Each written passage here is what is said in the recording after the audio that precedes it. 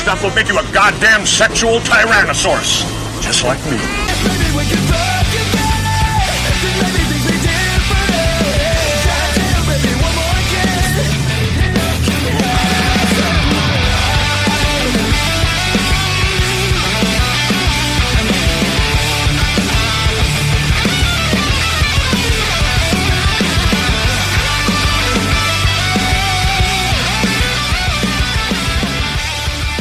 There we are. Look, we're back. We're live. Hey, listen, you guys have made another mistake and joined us for another week of Access Vegas, where we come on here. We're not doing anything bad. Listen, stop demonetizing us. We're just going to react to viral videos today and spread our misinformation. That's all we got coming up. We have an amazing week of events coming up. Just to let you guys know real quick, those of you who are in Phoenix, Arizona, January 16th and 17th, myself, Owen Cook, and Marcel Klein are going to be doing a free tour. If you guys are interested to come to that, make sure you check out my IG. We have all the details there, and the link is down in there. For those of you who are in San Diego, California, the three of us are also going to be there the 28th of February. Also, for those of you who are coming to San Francisco for the Super Bowl on the 5th of February, is going to be Babes in Toyland in San Francisco for the Super Bowl. And I'll also be at the Sports Illustrated party, Shaq's Funhouse, all the other parties. I go to those every year. I got the Cybertruck just so I can drive out there and do that. And then I'm trying to think what else we have coming up. And then the other thing, the audio version of his book has come out now, so you guys can go check that out. The Reignite book. If you guys want to go check that out, make sure you do that. If you want to super chat, you can super chat on my channel, or you can super chat on his channel. We're also live on Rumble. If you want to go ahead and subscribe there and not let your friends know that you subscribe to such filth, lowly peasants and filth, like bottom of the barrel podcast, like according to Rogan. Yes, for sure. Make sure.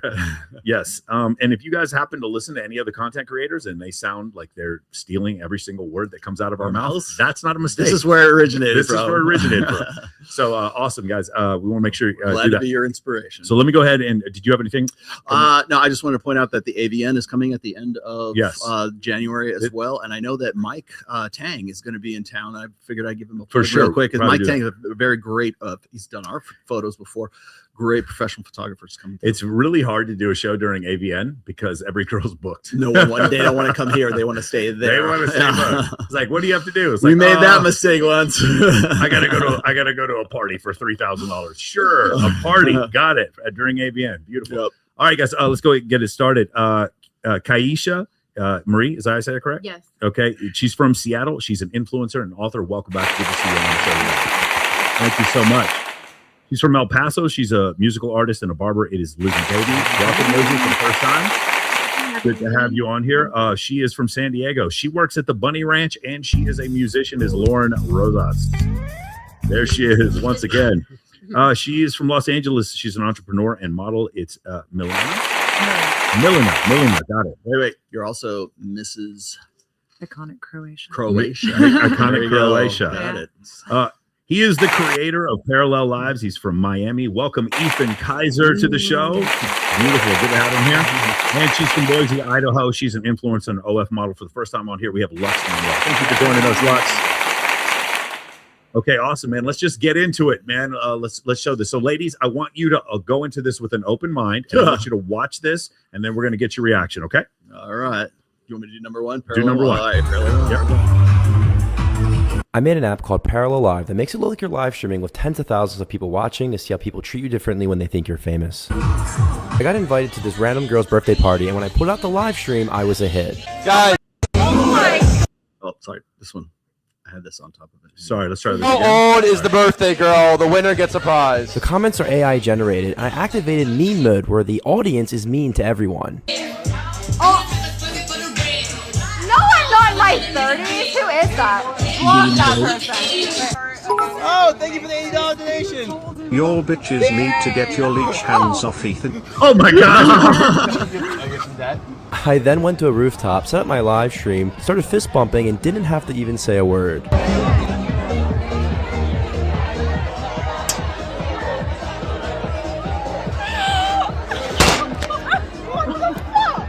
Word got out that I was famous, and even the bartender wanted to see. If you want to experience what it's like to be the life of the party, check out my app, Parallel Live. Awesome. Show another one. Yeah, you want the next one? Okay. All right, ladies, watch. Just keep watching the video here. Donations, money. I made a fake live app called Parallel Live that makes it look like you have tens of thousands of people watching your live stream. Who are you? Oh, thank you for the $20. The audience is AI powered and can hear you and started donating. This was insane.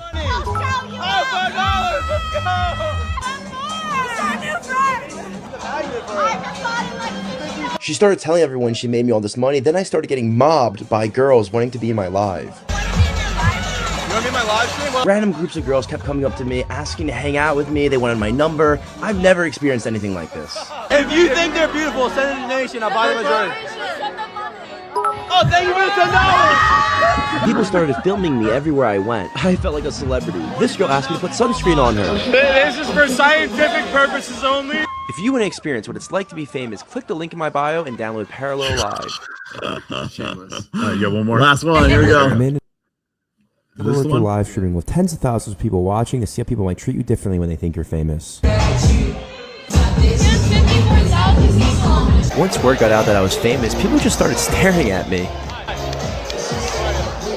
And they just kept coming up to me. Holy shit, you have so many viewers. Who are you? Oh my god. Viewers does he have? Who are you? Who the fuck are you? I'm Ethan. I then met this really cute girl and told her not to do anything too crazy because 20,000 people are watching.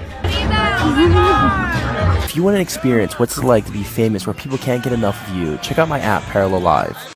God, this is such a social Okay, experiment. ready? All right, I know. Before I get your reaction, I have so much to say about this. Before I get your reaction, ladies, if you could all look at me here real quick.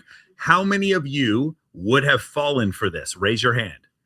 It's hilarious. I would have thought it was real. I would have thought it was real. Fucking hilarious. Okay, Yeah. so none of you would have thought that was real. Got it? Okay, cool. How many of you know a girl who would have fallen for this? I would have fallen. I would have thought Yeah. that was real. So raise your hand. Raise your hand high if you know a girl who would have fallen for this. Probably me. I probably would have thought. me. You probably Like, would have. cool, you know? Okay, it's pretty amazing. Ethan, Yeah. what do you think about that? No, it's all good and fun, and I feel like no one here would have felt. I'm so daft. I tend to believe people like the minute they tell me something. One of my favorite I'm questions gullible. to ask women is like, how promiscuous are your friends, or how promiscuous are you? And they'll give us a scale of 1 to 10. And usually it's around like a 2 or a 3. Right. And then we say, how promiscuous your friends, and they'll say it's an 8 or a 9. Yeah. And it's like, no, your friends would say the exact same shit about you. And so I asked these girls, how many of you would have fallen for this? Sorry, all of you would. And then you would. If you would have seen it, you would have not known that he didn't have 75,000 people. Well, but the reaction might have been different. Right? Yes, the reaction. reaction I was- agree with sure. you that the Yeah, reaction yeah. would have been different. What is some of the craziest reactions that you've got? Oh my god, it's crazy. If I use this in Europe, they lose their freaking mind. They can't, like, they don't have influencer fatigue like the US does. Maybe I think in like Miami and LA, we're kind of tired of the whole influencer thing a little bit. But in Europe, they're just like, oh my god, I've seen you on it. Like, I've seen this concept on Instagram. Like, who are you? And I have videos. I've told him about this. A woman, she had a wedding ring on. She took the wedding ring off. And she's like, oh, you're a famous streamer. I go, no, yeah, I am. But like, you're married. And she's like, no, it doesn't matter. We're fighting. Dang. Crazy. Wait, what was her nationality? I think she was Mexican. She was Mexican. Yes. And then the night goes crazy because I tried to actually get away from her because she was kind of freaking me out. And she wouldn't leave me alone. And then she's like, as I walked away, eventually she was like, if I was in Mexico, I'd have you killed. I'm like, Oh you're- my God. oh my god. Oh my You're- God. I literally have it on video. It's insane. Yeah. They're spicy. Mexicans How are many spicy. guys have fallen for this? Well, it's so funny because when I first made it, guys were like, they'd always invite me to like their section or their table because they thought that like by having me there, more girls were going to come. Right. Because I was like the magnet. Yeah, it's clout chasing. And but I that was still just- happens today because I do have a large social following. So that still happens today where they're like, I definitely think like some of my friends like me because of the social following and like the attention that I bring them. Right. People love a winner. Yeah. Well, yeah. So that was you on the video? Yeah, that's me. That was you? I was Oh my little- God, I was you look younger. So different, mister. What happened? I fucking have facial hair now. That's me. I'm just Stop playing. it. No, I was just wondering, but it's oh okay. my goodness, I totally would have fallen for it. Yeah. I mean, I've fallen for I, it in uh, the past. You fallen for? What do you mean you fall for it in the past? Well, Like, like buying followers. oh, people bought followers and you thought it was real. Right. Yeah, like at the very beginning of my Instagram. Let me ask you something. So That's what I this was is not Ethan doesn't do this, but I've heard of guys that try to do OF collabs with girls, and then they fake their numbers on OnlyFans Oh, yeah. so that the girls. And I know girls that have come to me, and it's one of the funniest things because the girl then afterwards realizes that she ended up just having sex with some dude who had a large OF following, finds out that the OF following wasn't real, and she can't tell anyone. because of how bad it makes her look. Literally, I know 3 girls that have been on this show who have literally told me that they've done that before. And so that's what I was thinking about, the fake clout, how crazy that is. Oh my God, you can buy followers on No, you just take a screenshot and you just manipulate that. Oh, you literally tell ChatGPT. Oh, really? You just say make my numbers, say that I make 400,000 a month on OF, and then like these girls are just like literally leaving their husbands to go have sex with this dude on camera. It's crazy stuff like that. So that's what I was gonna say. Say it again, Lex. I've had agencies do that, like say that, like, show me big numbers or whatever. Say they have a big team, and then I work with them and realize it's one guy. Yeah. So that happens a lot. Well, I mean, that's the thing about like followers and stuff like that. If you know anything about analytics when it comes to like YouTube and stuff like that, followers, subscribers are all vanity metrics. The only thing they care about is like, what are your impressions? What is your click-through rate? And like, what is your like audience retention? Those are the only analytics that matter on like YouTube and like, especially for streaming. Like, when I see people who have like 8 million followers, I'm like, oh, great. And then you look at the views on their videos and it's like, they're in like the 20,000s. And like, dude, for you having that many subs, you should have way bigger. I heard like if you get signed in any like music label, they actually buy your followers. Well, they buy your view. So what they'll do is they'll pump up your Beatport or whatever, like to like 1 million followers and 1 million views. You know, so it's pretty crazy. Now, here's the thing that's really nuts is that like, so if I was doing a business deal, or if Ethan was, or if Rollo was, we would go do research. We would not get fooled by this. If somebody came to me and had 12 million followers, I'm like, bro, I've never heard of you before. I would go Google search terms. I would look up Social Blade, and then I'd look up engagement per app, and then I'd be able to tell. And by the way, sometimes like it's these guys who are like, they worked in solar and made a couple $1 million. They made a bunch of money in crypto, and they're trying to buy their way onto a bunch of podcasts. I don't mind that. That's a hustle. I'm not talking shit on people like that if you want to do it.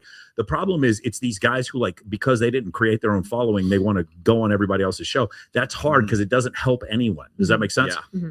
It doesn't help anyone. So the thing is, though, but the reason why I bring that up is because 99% of the time, no one does that.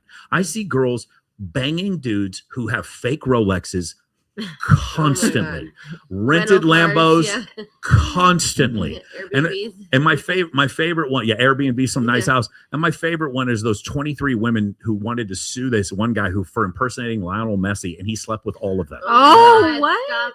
Yeah, and it's just like, it's just so crazy to me. It's just like, so there's two things here. It doesn't paint humanity in the greatest light, but the other thing is, when I have this discussion with people about whether or not status is real, status is not real. Status is only perceived. It's intersubjective reality. You all know Harari wrote a book about this intersubjective reality, meaning like if humans didn't exist, there would be no status. Yeah, right? If humans didn't exist, there'd still be rivers, lakes, and trees. But if humans didn't exist, there would be no status. Status only exists because it's it's a subjective. Well, it's a subjective belief between all of us, just like the value of the dollar. If there were no humans spending dollars, the dollar would have no value. We agree on a value for these different things. That the thing is, while it isn't real, it also is the most powerful thing in the world. And so what happens is lots of really, really stuck up, nerdy guys, like some of the guys at CES, they're like, I'm a better computer programmer. I should get a hotter girl because I'm good at computer. They think that because in the world of computer programming, for the most part, it is a meritocracy. Right? Not when you get into the marketing side of it, but it is a meritocracy. When it comes to the idea of dating, clout, status, it is not a meritocracy. It is whoever can fool the most people. That's true. Right? And the thing is, no matter how famous all of us are, Billy McFarland is probably more famous than all of us for throwing fucking Fire Festival and Fire Festival 2. No, I don't like I actually hate Billy McFarland. Yeah. Do you know him? I know him personally. I hate him. What did he do? Well, it's not that he's actually a pathological liar. No, duh. I've never met someone who can literally tell you. So we were going to do an influencer boxing match, and if things come up or we can't do the deal, that's fine. But then midway through, I think I posted a photo of me like flexing, and I was a D1 wrestler, so I feel like I had a little bit of an advantage. Like, even though boxing is very different, I still think I could kick his ass.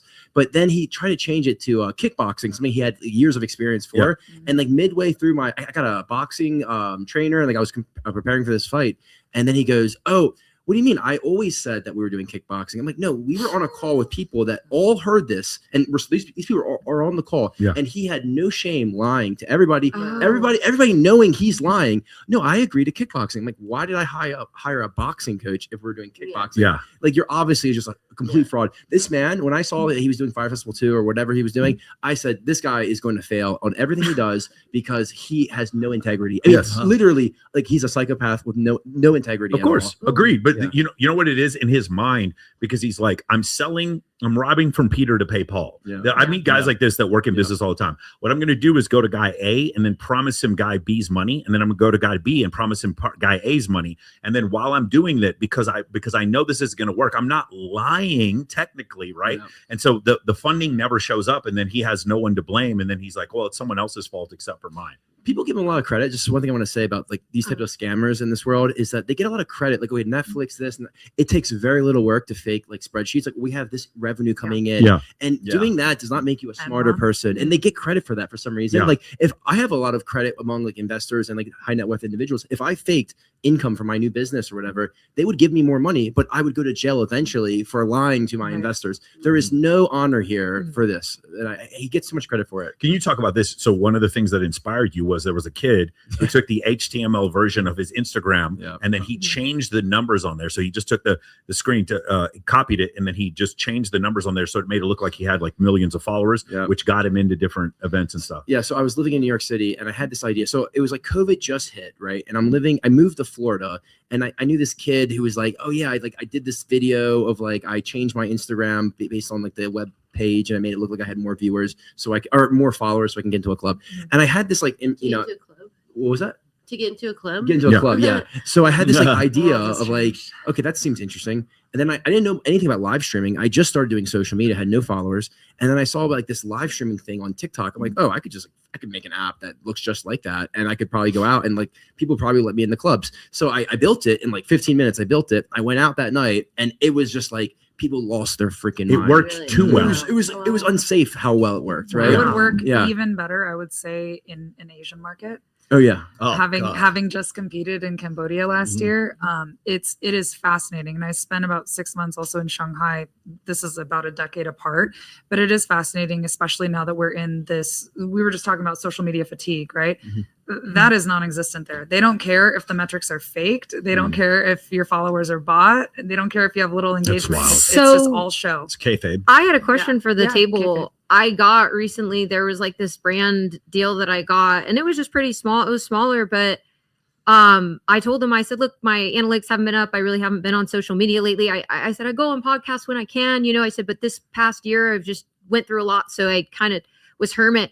And what do you say about people who have a ton of ghost followers, but like ghosts, like people are looking, like they said, let me see the analytics. And I showed them, and they're like, you have a lot of people looking at your account, but they're not doing anything. Like, and I was like, but then they still gave it to me because of that. What is that? Why do I've always had that. Well, I mean, what is that? I'm just going to be honest with you. I mean, it's because of probably what you do for a living.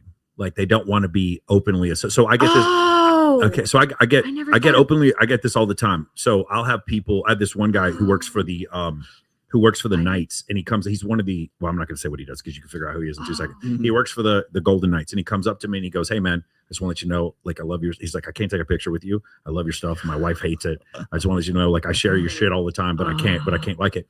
And this other guy, he's a doctor. He lives in Southern California, and he does eyelids, and he comes up to me and goes, hey man, you know how you were saying there's all these people who don't like your content, but they share it? It's like, I'm one of those people. Like, I share content with my friends, but I can't like it or post it because it's just going to get me in trouble with the association. So there's still value in ghost following. Yeah, it's just because they're, for some reason they're, like you said, like it doesn't make any sense. I don't have that much engagement or that many likes. I go out and I get recognized constantly. I'm like, something is broken here, because there's no way that I get recognized this much. But if I don't have that, I don't get that much engagement. And then the guys are all telling me, it's like, yeah, my wife doesn't want me to fucking do this. So you're like a discreet, like a, what do they call it? Like a closet joy. No, I'm like dating a fat girl, and like you don't want your friends to see. You know what I'm saying? That's basically what I am. Like, if you're a girl, you have a lot of guy followers, and then they're not gonna like your stuff because they're married or they got girlfriends, So most of the times I'm like, I got so many views and so many hearts on my views, but my likes on my reels, nothing, no comment. But the views are there. You know what I mean? So it's like, what's going on? That's what I was wondering. I was like, is there like, what's going on? Yeah, I know you're right. I actually didn't I didn't draw that 2 and 2 together until So there was this guy, and I have trouble calling him an influencer because I don't know exactly what the guy did, but like this was back in like 2014, I think. And the guy would go and he would be followed around by 2 guys. You had one guy who was a cameraman who followed him around, and he had a guy who was sort of like supposed to be his handler. He was just acting as if he was his handler. And they would, this was like a social experiment, but the guy was like getting like girls' phone numbers and stuff as a result of this. But you go and you walk around the mall, and the guy would have like a video camera. Wasn't even doing anything with the video camera, right? Bro, you need to stop telling my secrets. Yeah. Are you kidding me? And so what would happen is he would go, and then they had a third party guy that was actually all the MOA guys right now are like, why is Rolo snitching on all of us? Snitching on you all. Yeah. But so he would go to the mall, right? Yeah. And he would suddenly like say, oh, that's so and so, like Mike Jones or something like that. Yeah. He's in the new Spider-Man movie. Right. That's all. That's all that had to happen. And then, so all these girls who would go from place to place or whatever, he was walking around, and they would like literally line up to get an autograph, and they get pictures taken with the guy. Right. Then the guy said this works and it did. It worked so well that they took it to New York in Times Square.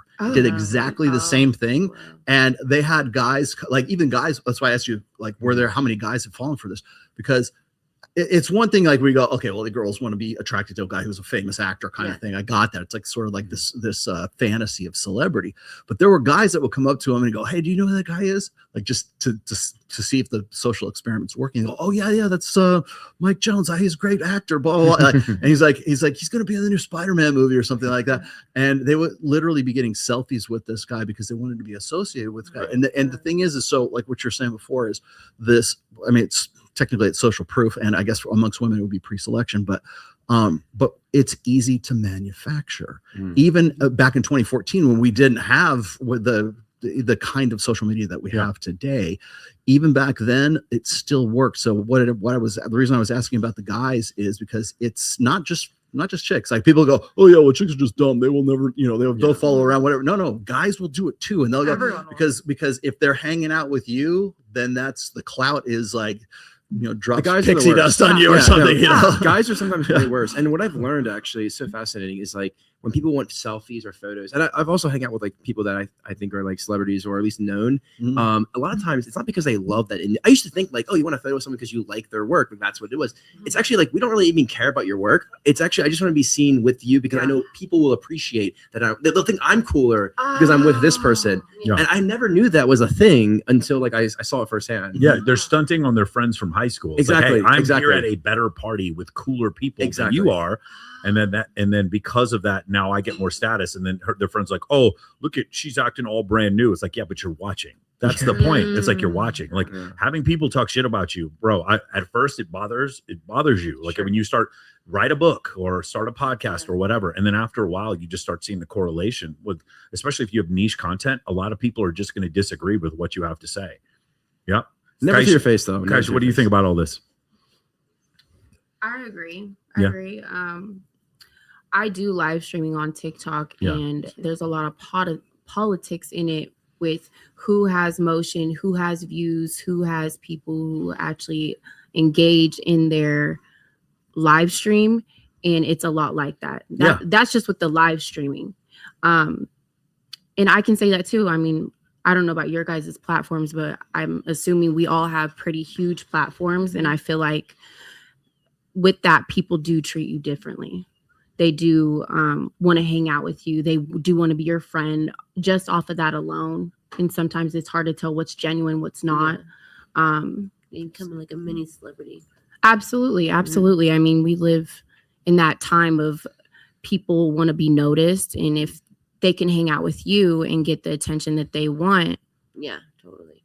Then they're going to latch onto you. Yeah. It's kind of sad to me though. It feels very just low identity behavior. Right. Because you feel like, okay, well, I haven't accomplished enough. So let me try to kind of rub elbows with somebody. And I think that's all well and good if it's like truly well-intentioned, but probably 0.01% of those interactions are well-intentioned. Yeah.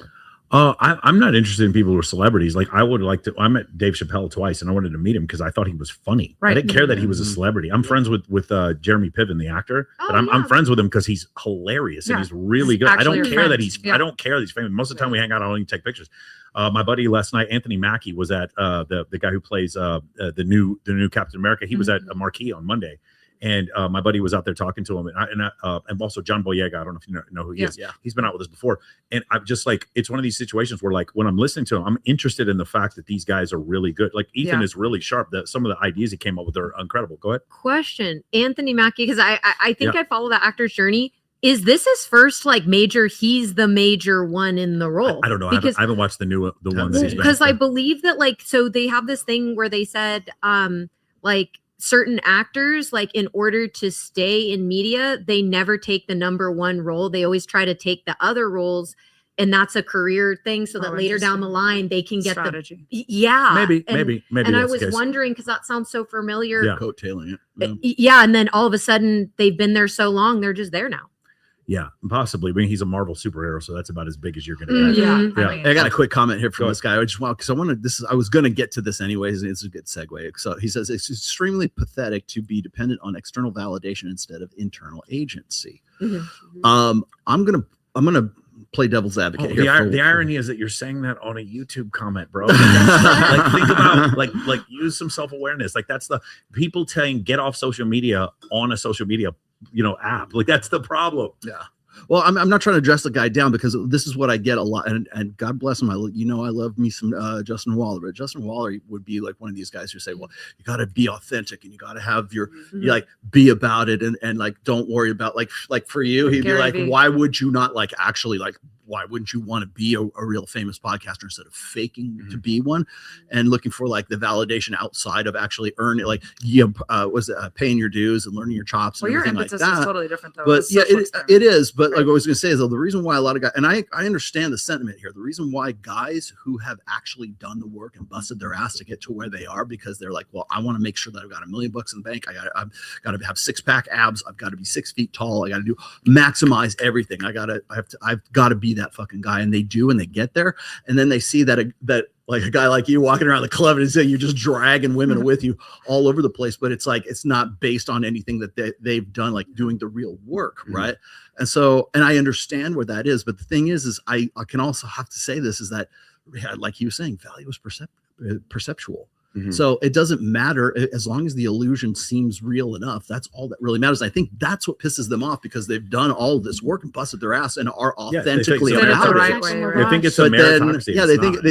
They think it's like time on the clock, and it's like no, it's not time on the clock. It's being a clever motherfucker. I'll actually make it even worse. Actually, it's so funny because like, make no mistake here, guys. I didn't make this app to try and get laid. I don't think I've ever slept with any of these girls in these videos. I make the app to make viral videos. And then the app itself, it works. It truly does work. You pull out the app and girls go crazy. But the app made millions of dollars, and I was able to like not work ever again because of it. So for me, it was more like I had this funny idea. I wanted to be a social media like person because I wanted to stop working at TikTok where I was an engineer, and I saw how many people wanted to be like live streamers. So I was like, okay, wait, I can probably make something here. And I made the product, and yeah, like I do market it in a way that goes super viral. But in the end, like the person is like, oh, I did all this hard work. Like, why does this guy have all this success? It's like, well, I actually figured out a way for someone to have this immediate like it used to be only celebrities ever experience this idea of people like gnawing for their attention. Like, who is this person, right? Celebrities would do this, right? Celebrities get this affection. Well, now for the first time ever, you can download an app and get that experience and that most people, like 99% population, have never had, right? Yes. So that was the innovation that people like just don't get. And that's one thing I've noticed is like if you're a creative person and you have a creative process, people will never, if you stop me midway through a video I'm making or a concept I'm building, and I told you what I was doing, you'd be like, you're going to do what? You're going to fake a live stream? Like, you're fucking crazy. But then when they see the final product, they're like, oh, that's genius, right? And that just tells you who's like really creative and who gets it and who's just like a consumer, right? Yeah, when if you were to explain the idea of this app to me before seeing those videos, I would have believed you that it would have worked. Just because I've seen you get it. Because I'm also in the like clout chasing capital of Earth, right? I'm in Las Vegas, right? And so that's that. When you explain the idea, I'm like, that is the most. I'm stupid for not even doing this. That's pretty incredible. Ladies, who here you've made a decision in your life based on your astrological sign or a guy's astrological? You guys raise your hand. Any of you made a decision? Like a major one? So we're all gonna lie here, huh? I'm too Croatian for that. I'm stubborn. I think I've gotten a life like reading and stuff by. I got a life reading. And it all sounded super correct. But the problem is like I have like a defiant personality. So like I'm gonna like he was like, you need to put these in your windows and this and that. And I'm like, I know. And that was like a year ago. Like, and I should have done it and I didn't do it. Yeah. Well, except for the part that astrology is complete bullshit. Now it's real. Kings used to have it. Wait. I got the perfect video. We've tilted. also astrologically. Oh my gosh. Okay, here we go. Zodiac girls. Here we go. Girls in here into astrology? Couple of you. I can tell you're white. I want to do a test. I feel like so many people who are into astrology don't know what the fuck their signs actually mean. So I'm going to read two of the most popular ones. And I want you to clap if you think I'm reading your signs. Most birthdays fall on these two.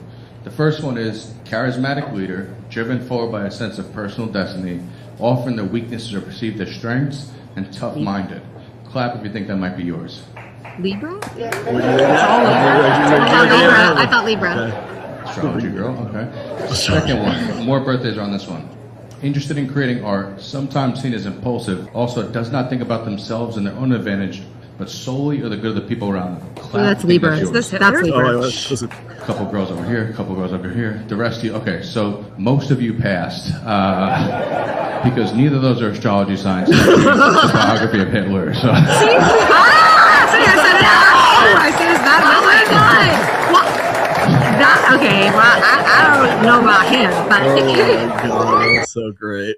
But I do have a question. You brought though. up that whenever an astrology girly is on the show and you ask I lean into it. Like, we had a girl screaming at me because I was like, hey, there's no data to back astrology. Anyway, guys, before we go on, what did you do with astrology? Oh my God, yeah. So I was like, again, my content on the internet is like, I see stupid ideas and I want to like make fun of them. I'm sorry for any of the astrology people here, but I created a website because I was on like dating apps in like 2022, and I was like, all these girls have their astrology sign in their bio. So I made a website where you can put in any two signs, and AI generates a bullshit reason for why they're compatible, and it creates a web page and a link. And I would send it to girls on Hinge. I say, hey, I just put in your sign into this site, Soulmate Comparison. I own this site, and it looks like we're compatible. And I oh my God, I put this on the internet, and every guy is now using it, or at least they were. And more of the story. Shit crack works, man. Yeah, it's like, if you're gonna believe dumb shit, then I guess I can use it against you. Is that bad? Am I a bad person? No, I'm sorry. Because if you don't, someone else will. I play to win. I win. I guess for my question is, Lauren, would that have worked on you? What's your sign? Wait, would I? Leo. I'm a Leo. Oh yeah. Everyone is a Leo. Real quick, would that have worked on you? Oh, if that he showed me the app, and I mean, I don't think that would have worked on me. This is absurd. You guys are absurd. That absolutely would have worked on you. Maybe if I have to know people now because I'm kind of weird and I don't have a high retention rate. But then I have this weird thing too. Ghost following tied in. I have two things to say. I think it's cool that you do that because it's kind of like a science thing, because people can actually see scientifically what is going on here. How people are reacting, the social experiment kind of thing. Another thing is, again, with, everybody has their own different vibes, but I'm super curious is with ghost following and super following, what is the rate of sales between them both? Are they equal? Are they? This is a completely different discussion, but it has to do with influence versus fame. So for instance, I'll give you an example. Brittany Renner is famous for sleeping with a bunch of dudes and then getting pregnant by PJ Washington and having a baby and writing a book about it. Mm-hmm. Alex Hormozi is famous for helping several thousand people become millionaires. Yeah. Alex Hormozi and Brittany Renner are about the same level of fame. Wow. Alex Hormozi is 100x more influential. Alex Hormozi got tens of thousands of people to buy his book. That's the difference. So influence versus fame. I can get a room full of people. Yeah, I can get a room full of people to buy a high ticket program. I've done it.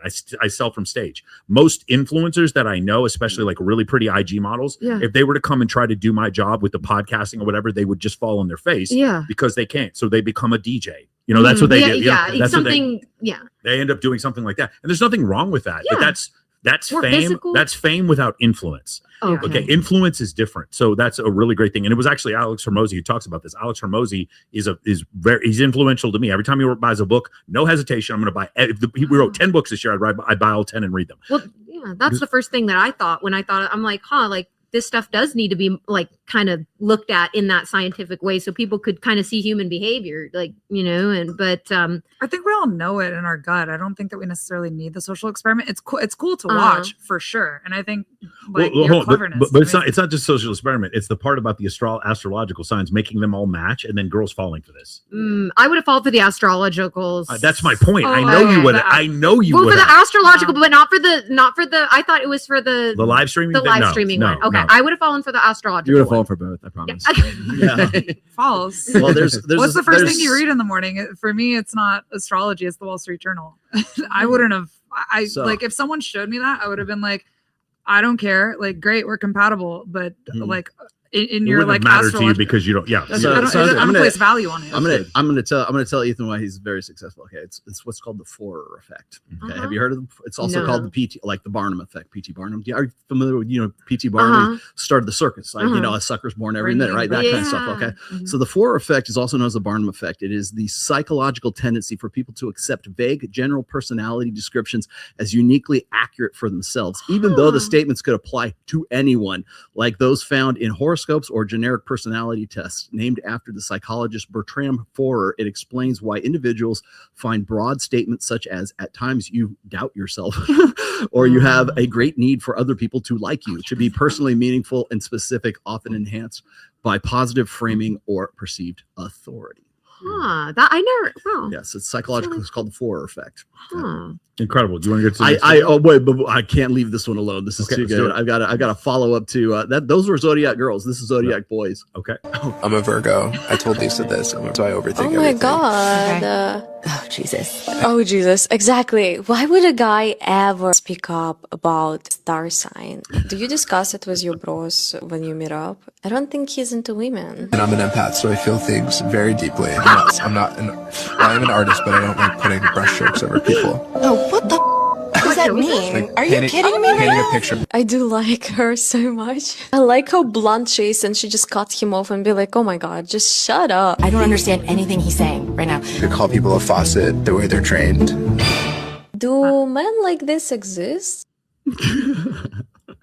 Yes, I mean this is the thing, man. This is the female panderer, the woman panderer on social media. This is the guy who's just like oh, for no reason just starts saying I hate red pill content, like, but when nobody asked him. That guy right there, he's trying to win by being this overly sensitive guy. Why? Because he's been taught that through pop psychology and watching all these other podcasts. Astrology is something you should say you believe in, and if you want to get laid. And it's generally really good looking guys who do this because they have a little bit more success when it comes to this. But yeah, it's really funny. I have said this before. There is no one who harasses women more inappropriately than a guy who calls himself a male feminist. No one, the greatest sexual harassers of women on the world are all Mike. He's an empath. They're all Justin Baldoni.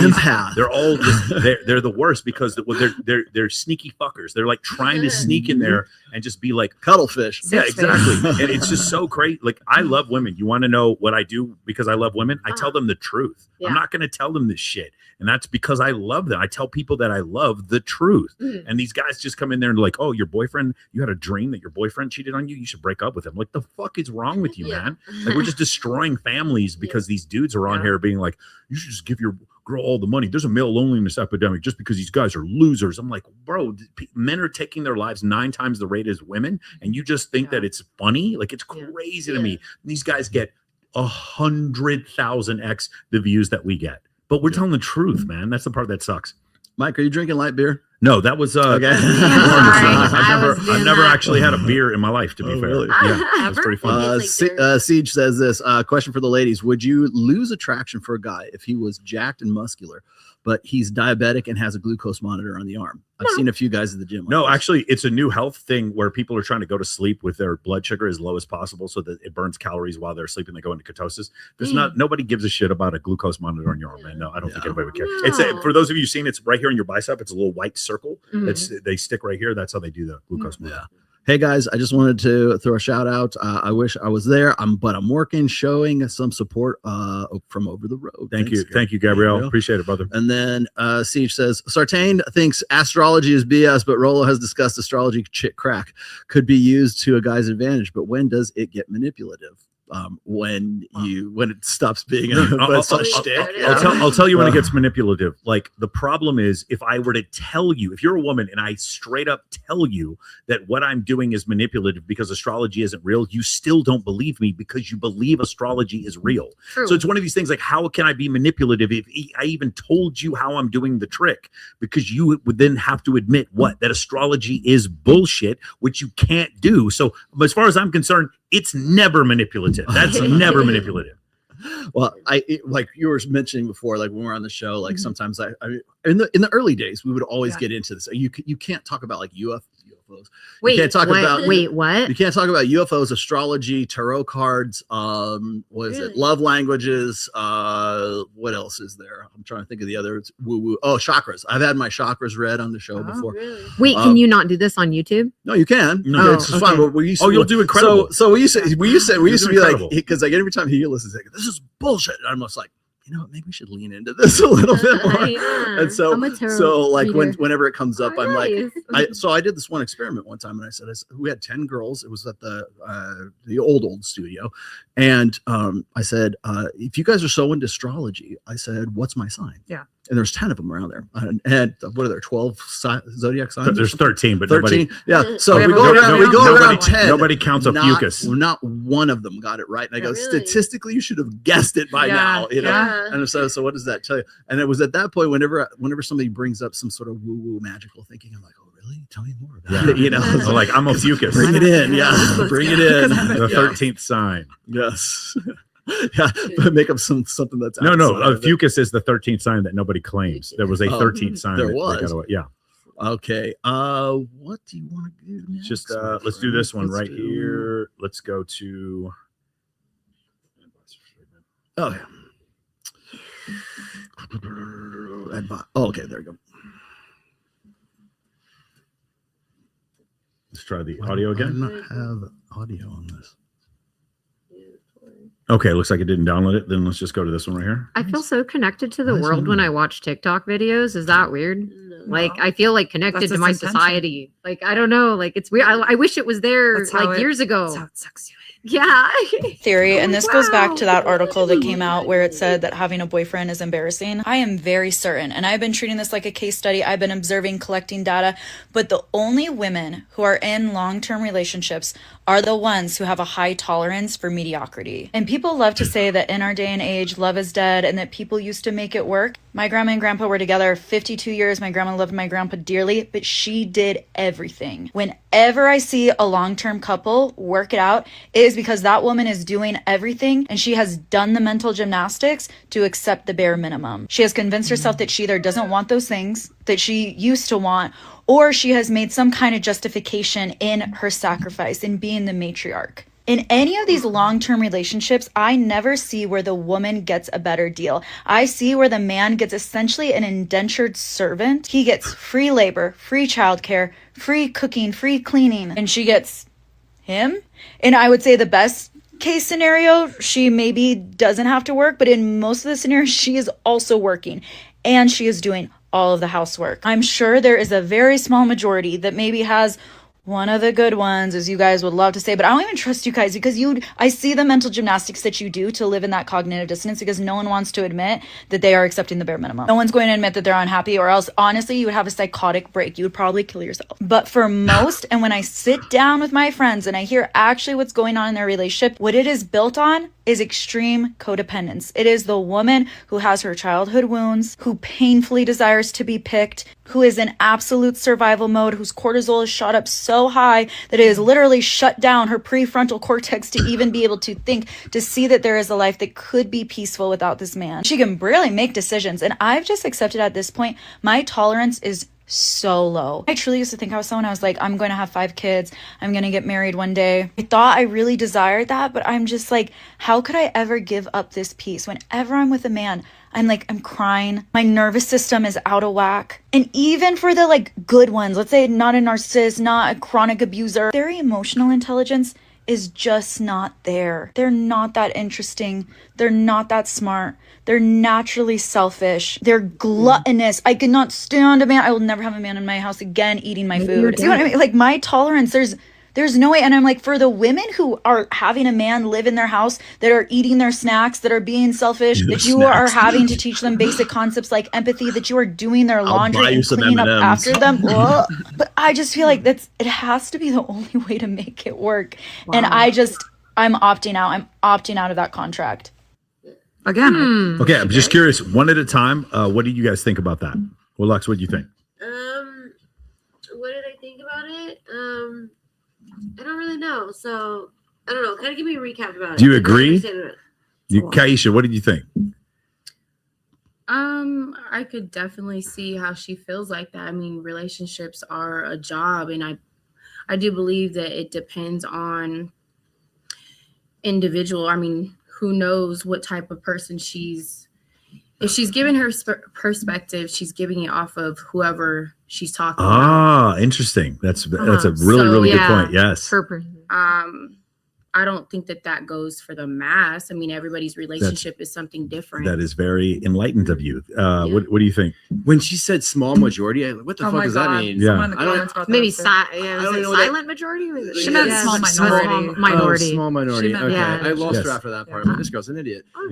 So yeah, I mean, I think she had some points here about bad men. Like everyone has a story about a bad person in their life. Yeah. But if I were to go to her and say, hey, did you know that most men aren't narcissists or abusers? She'd be like, that's not true. Yeah. Right. That's her reality. Because that's the reality that she lives in. Also, you can hire a maid; they're very cheap, and you can also hire nannies. I feel like if I have kids, I'm gonna have a nanny for the nighttime and daytime, and my wife isn't gonna wake up at 3 a.m. Not everyone can afford that. Yeah, it's fine, but my reality is okay, that's not I don't know what she's talking about, right? Yes. So it's to me, I'm like, okay, no, I can't get it. What do you think? I wholeheartedly disagree based on my experiences. I'd have to agree with you that I think it's wherever she's coming from, it is entirely her experience. I think it's unfair to blanket paint sexes, like the genders, in one light or another. Just like women don't like to be painted a certain way, I don't think it's very fair that we do the same to men. Yeah. What do you think?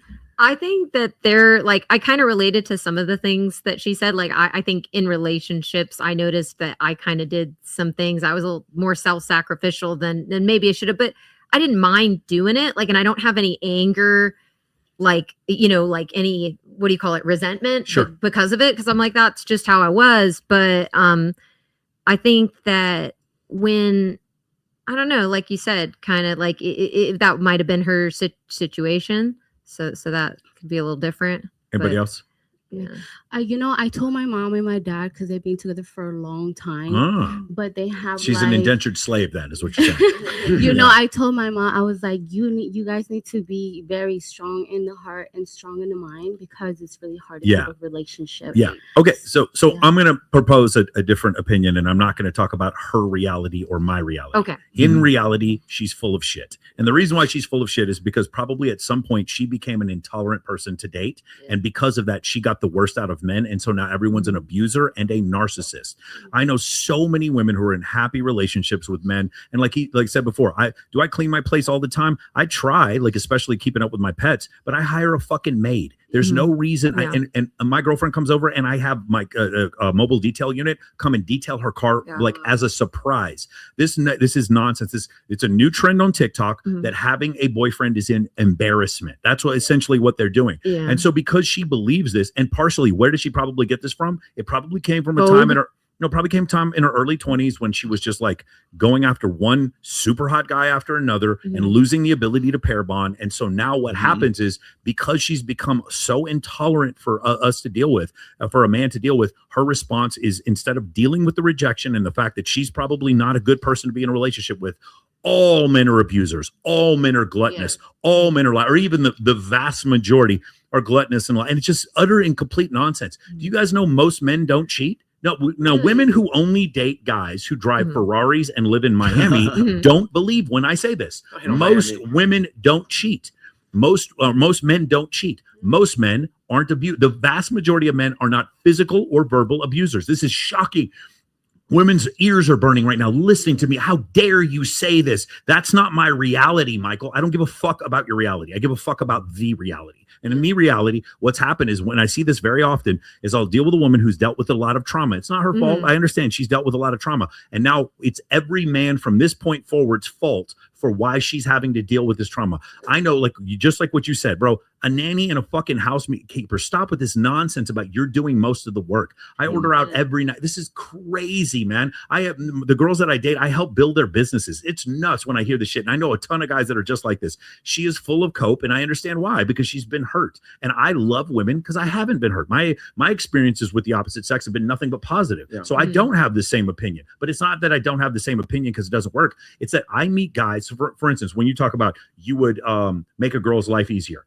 That girl, as long as you maintain boundaries, that girl would be a nightmare for some other guy, but she's going to be an angel for you because you have status and maintain boundaries. That's the other part. These men that she's having problems with, I promise you, if she was a non-masculine girl who's trying to get a bunch of attention on social media, she might find a good guy. But hey, don't listen to me because I'm just some fucking like knuckle dragging misogynist who just says, I mean, it's just so crazy to me, like to put everybody in this category. You first. Sorry, you guys first. So what's crazy about this, and I experienced this personally. I mean, I was in a relationship for the last 6 months, and then we recently broke up. And it was like I would actually get sent these videos from her, and it was like, oh my, it was like something like from her, Jesus, while you were dating, while we're dating, and I'm not gonna like say bad things. I'm just gonna say like this has infested so many people's minds, and it's like this idea that like men are bad. Having a boyfriend is embarrassing was a concept that like she didn't say it, but I could feel it, right? So I took her to Costa Rica like on the first month of us dating, and I was like, we're gonna go to Costa Rica, we're gonna have a great time. And I said, you're not coming to the resort unless you post me on your Instagram story. And I had to force it. I had to like really like put my foot down.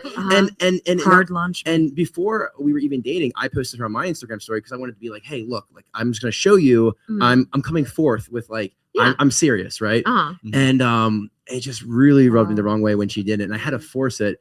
Ultimately, it didn't work out. She's a great person, you know, whatever. But the point is that like there were signs, and in the end, like I think this is much more damaging for women for their own happiness long term. Well, I remember. Okay, so all of these videos are coming sort of in the wake of this one. I want to say it was an article. I want to say it was in the Atlantic, and it was about how young women were embarrassed to have a boyfriend. And let me tell you, everybody took that and they ran with it. Everybody had that was just content fodder for everybody because they just wanted to turn something out. And so on one of our shows, we were even talking about this earlier. Scott Galloway jumped in on this, was like, oh yeah, it's because men aren't living up to their, women's expectations. And if they would just be better men, then they would, then women wouldn't be embarrassed of them. And then you got this girl right here who's saying she's got such impossibly high standards that it must be some sort of glitch in the matrix or something that she just can't find the right guy or whatever. And the long and the short of it is that we live in a social media age right now. If women post a picture of a guy, they lose market share on Instagram. Simple as fucking that. That's all there is. You go and you take one picture of you with the guy on a beach somewhere. That's why you do the soft launch, right? You got it's just the hands together, or it's like you're on the beach, and you're not introducing the guy, because the minute that they introduce the guy, it dispels every illusion, every exactly. Some people get threats of violence. Well, that's so what works for women on OnlyFans, on Instagram, on Twitter, on any kind of especially Instagram, but any kind of social media that's sort of based on getting you're measuring your ego in likes, followers, hearts, whatever the fuck it is, right? As soon as you post the picture of that guy with you, all that drops off. And women know this instinctually. That's why they won't do. Even married women who are like, there's always this side-by-side comparison. It's like you got Ronaldo, you got Messi, you got like the soccer players who are like the top soccer players in the world. You look at their Instagram and they're on a family vacation. The chick is there. She's like this gorgeous supermodel, right? It's his wife and their kids are there and he's there and they're smiling on the beach somewhere. On her Instagram, same beach, just her in a bikini laying back in the surf, right? That's because it's this. It's they're selling you the illusion of sexual availability, and as soon as that's dispelled, gone. Here's the other issue here is that when the woman posts her man, he starts to get attention from other women. Yes, that happens too. Right, and so it a little differently. Sorry to interrupt you, but what I learned, so I was a dancer here in Vegas for 12 years, and what I learned when someone came into the club, they were there to to have a connection. So with that, we touched their shoulder, we touched their leg, we did that through touch. Yeah. And so now through online, those guys still want that connection with that woman.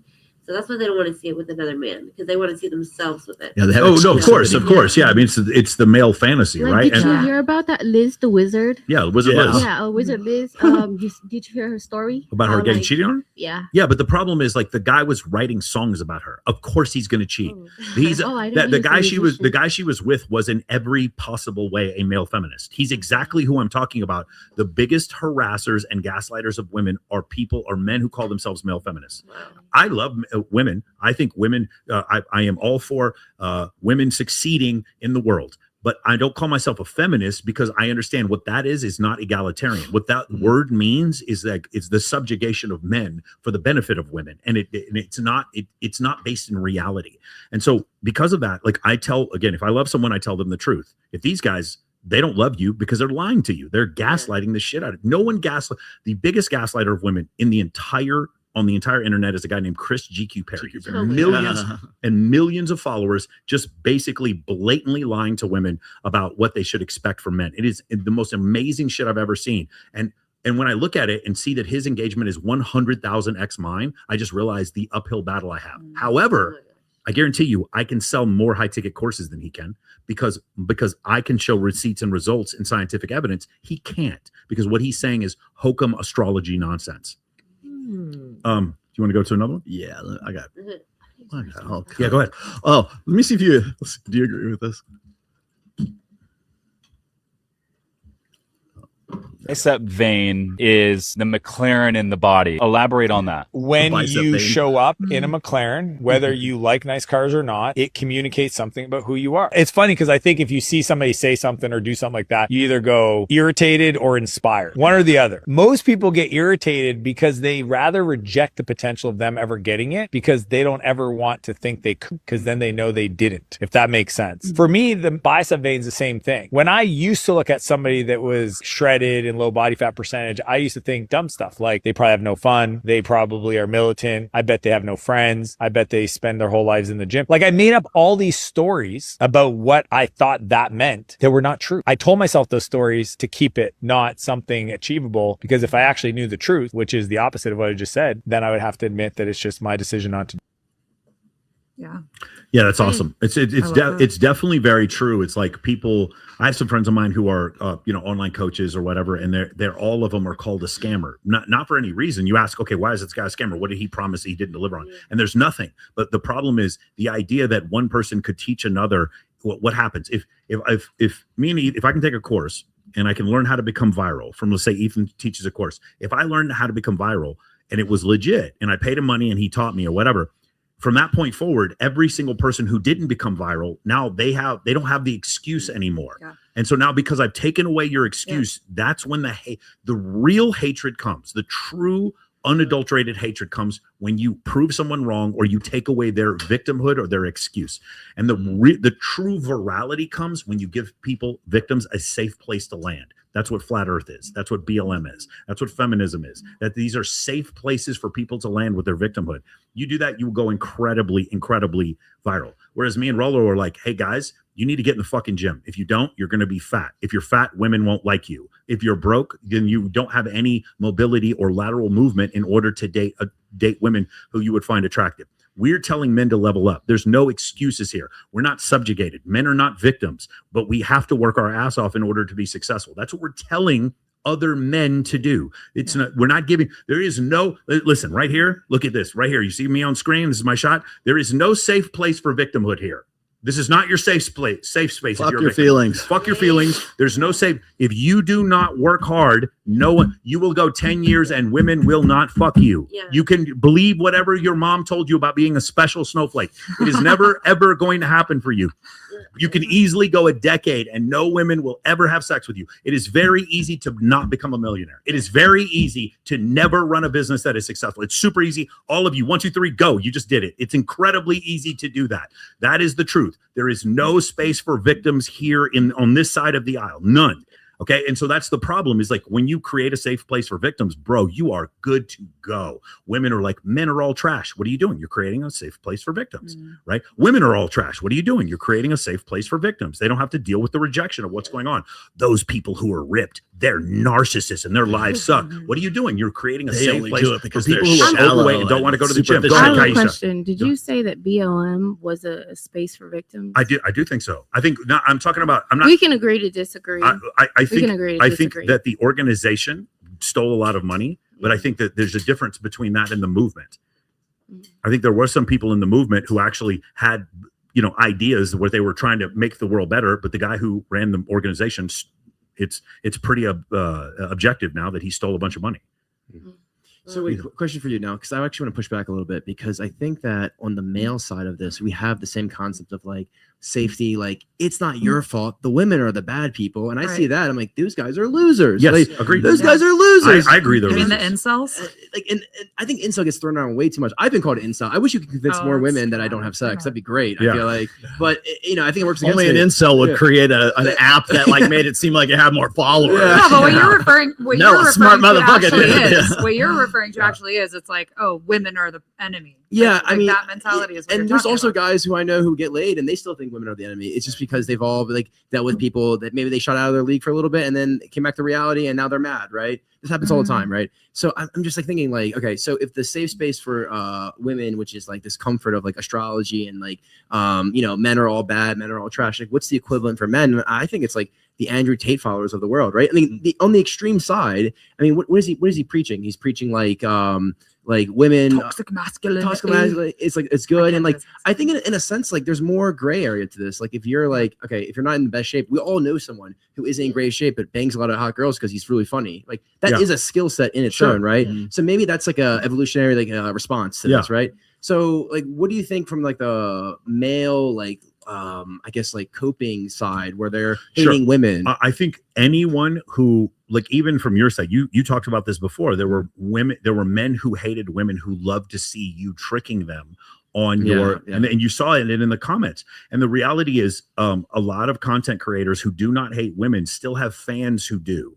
Because of that, like that's where, like for me, if I have a guest on and she's, he or she is making a temperate, moderate case for their belief system. If I had Scott Galloway on and people started making personal attacks against him, I would block them because I'm not interested in that. I'm only interested in doing better. But even with Andrew Tate, he tells people to make money or no one's going to care about you. And he tells them to get in the gym or no one's going to care about you. So I don't think that's a space for victims, but people who are victims still also love him. And by the way, there's people who do that with me too, because they'll see my content and they'll be like, oh, these girls said the dumb stuff on Access Vegas. And I'm like, no, that's not what I'm here. I'm not here to dunk on anybody because I have no space. This is not a safe place for victims here. You can't tell people facts without telling them how to feel about those fucking facts. And that's where I get into a lot of trouble because a lot of people want to say, well, Rolla, what are we supposed to do with this? You don't have any prescriptions for us. Tell me how to live, please. Give me 12 rules for life or 7 hot tips to get the hot girls, that kind of stuff. They want a step-by-step process to go from like 0 to hero. And the problem is like, I'm not in the business of making men better men. I'm in the business of giving guys the equipment and the information and the education that they need to make themselves into better men, because it's not one size fits all.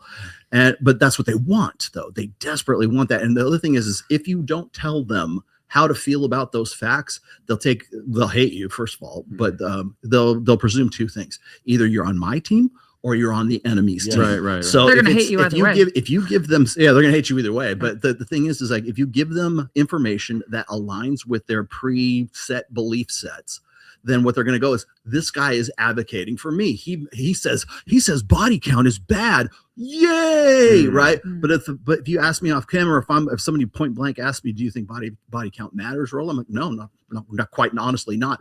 But there's a difference between me telling you what the stats are versus me telling you how to feel about those stats. And so they'll either think you're on their tribe or he's saying this because he hates women and he's a misogynist and everything. It all comes down to what was that guy's pre-existing beliefs, his implicit biases before he heard that information that you gave. And that's what makes you either a hero or an enemy to these guys. Correct. I almost think too that with body count, if I was a guy, I just always thought about this. If I was a guy, like, what would I do? And I'd be like, well, like, how young were you when this was going down? And if it was like under a certain age, then I would be like, were you just influenced by things in your atmosphere? And this was just maybe not really your genuine decision. It was kind of just, you were there, wrong place, wrong time. So I would kind of feel like funky about it. Like, I don't think I would care about body count, because I would want to know, like, I don't know. I'd want to know certain other. You're talking about a body count of a man that you're dating? Of a woman. Of a woman. Like, if I was a man, Okay. if I was a guy, and the girl's like, oh, my body count was like, let's say like 50. And let's say that she was like 21. I'd be that like, might be an issue. Yeah, I would be like, wait a second. I'd be like, hold on. This is coming from an escort at the Bunny Ranch telling you that this might actually be an well, issue. yeah. Well, I would say, okay, like, how old were you when this started going down? Oh, I was like, really young. And I'd be like, well, I think I'd have a different degree of like how I would see someone like that, as opposed to like, if someone's like, you know what? I really was pissed at my ex, and I really just wanted to hook up with everybody in his dorm, and I've seen that happen too. Yeah, but the problem is now I have to, as the person in the relationship, I have to take on all that. That's what it is. I have to take on all that baggage, like regardless of like if it was my fault or not. The fact that she went through those 50 guys, that it leaves an imprint. Well, so, but getting back to your point of discernment and using your critical thinking ability, maybe I'm an idiot for like presuming that everybody has critical capacity for critical fucking thought. You don't need it. But the thing, you don't need it anymore. No, you have a smartphone. Yeah, you have TikTok. You don't need. That's why I have 12 rules of life. I have 7 top. I would just be concerned about if I like, let's say like the girl was 21, she said I had 50 bodies, and most of them were below a certain age. I use body count because it's the most common thing anybody says, but we can go throw out divorce statistics, and a guy like Matt Walsh is going to go, well, divorce is really going down, and you don't have to be worried about it so much. I'm like, dude, marriage rates are as low as they've ever been in recorded fucking history. That's why they're down. I say that, and then Rolo's against marriage. No, I'm not. I'm just telling you the fucking facts. They also skyrocketed geographically, like in certain. So, parts what's of the the world, perfect girl for you? That's my wife. His wife. My wife of 30 years. Like, what are you looking to for? Like, what's the perfect women? Hold on. Since we're on the subject, I got a really good. Don't mind this, curious. But we're twinning. Can any red pillars please explain to me the logic behind, and I mean logic, I mean give me a logical, rational explanation that is not rooted in emotional, like, response or ego, because they're all like ego. Why is a girl having a body count of 10 one-night stands worse and used up, but a girl who's had a boyfriend for like 3 years and like presumably fucked him like 600 times, not used up because she only has a body count of 1, right? In the first scenario, only 10 penises have entered her vagina, but in the second one, a penis has entered her vagina 600 times. But red pillars will swear up and down that the first one is used up and the second one isn't, because all their argument is rooted in ego, because they can't stand the fact that 10 men had access to the girl that they want before they did, versus the second girl only has 1. So again, please explain to me in a way that is rational and not rooted in your weird ego why one thing is used up and the other one that's happened way more times is totally cool. Do you know who this content creator is? Because I'd like to respond and actually tag her in it. Well, I'll get it for you, because I don't know if it was her personally, but I had a girl slide in my DMs and said, hey, I want you to address this on the show. So I'm like, okay, here you go. Okay, so here's the reason why. It's not red pillars who are saying this. It's the CDC who's done several. Who's saying this. It's the Institute for Family Studies. There's several studies. Again, there's no ego involved. I'm using hard peer-reviewed data. When women have more sexual partners before they get married, they're more likely to cheat or be unhappy in a relationship. And by the way, so are men, but women are twice. The factor is almost twice as much. The effect is almost twice as much for women. They did a study recently. It's the IGF or the IE. No, it was the IFS does a study where they go over women who cheat and women who didn't cheat. Women who did cheat had 230% more sexual partners than women who did. There is a correlation between the woman choosing to have 10 one-night stands. And by the way, I don't think you're used up at 10. That's crazy. Yeah, but like in Miami, that 10 equals equals 50, right? And 10 equals 50. in Vegas, Space. it's, Yeah, anyway, I my point is that this is a lot. Now, I'm curious if she'd be willing to receive this logical argument. This has nothing to do with my ego. It has nothing to do with has to do with hard, objective, peer-reviewed facts. There's theories about why this is. Some people believe it has to do with pair bonding and dopamine release or oxytocin release with new partners, whereas women are more pair bond stronger initially. As they have more sexual partners, their ability to pair bond decreases, and their likelihood of having worse encounters or having marital dissatisfaction increases as well. That is a logical, fact-based reason that is not based in my weird red pill beliefs or anything like that. And I'm just curious if she'd be willing to receive that. I got something, but I'll go last.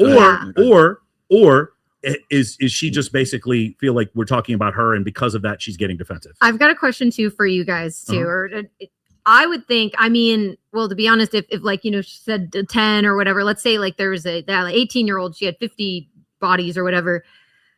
I don't know if I would look at it like, let's say she was 18 and she had 50 bodies. That's what she had. But I would be kind of concerned, like, is she just that submissive that she's just it's like, not submissive. It's a necessity for validation. Yeah. But if she was under a certain age, under a certain age or over a certain, to think that way. I understand what you're saying about under a certain age or over a certain age. But would it stay with her for like would she be trained to think? Okay, like so let's do this. Yeah, because we don't say that on the show. I've never said a woman is used up. I've never said that. I understand the metaphor, and I'm not necessarily disagreeing with it. But what I am saying is that there is like hard data showing that people are, it's much more difficult to stay in long-term relationships with people who have slept with hundreds of other people. That's goes for men and women. She's asking, no, it is, because she says, why is it that me being in a long-term relationship and having sex 600 times makes me not used up, but me having sex with 10 different people and one night stands makes me used up? And the but reason how many people actually know what you're saying? Like, how many people actually would refer to she clearly doesn't know what I'm saying, because she thinks she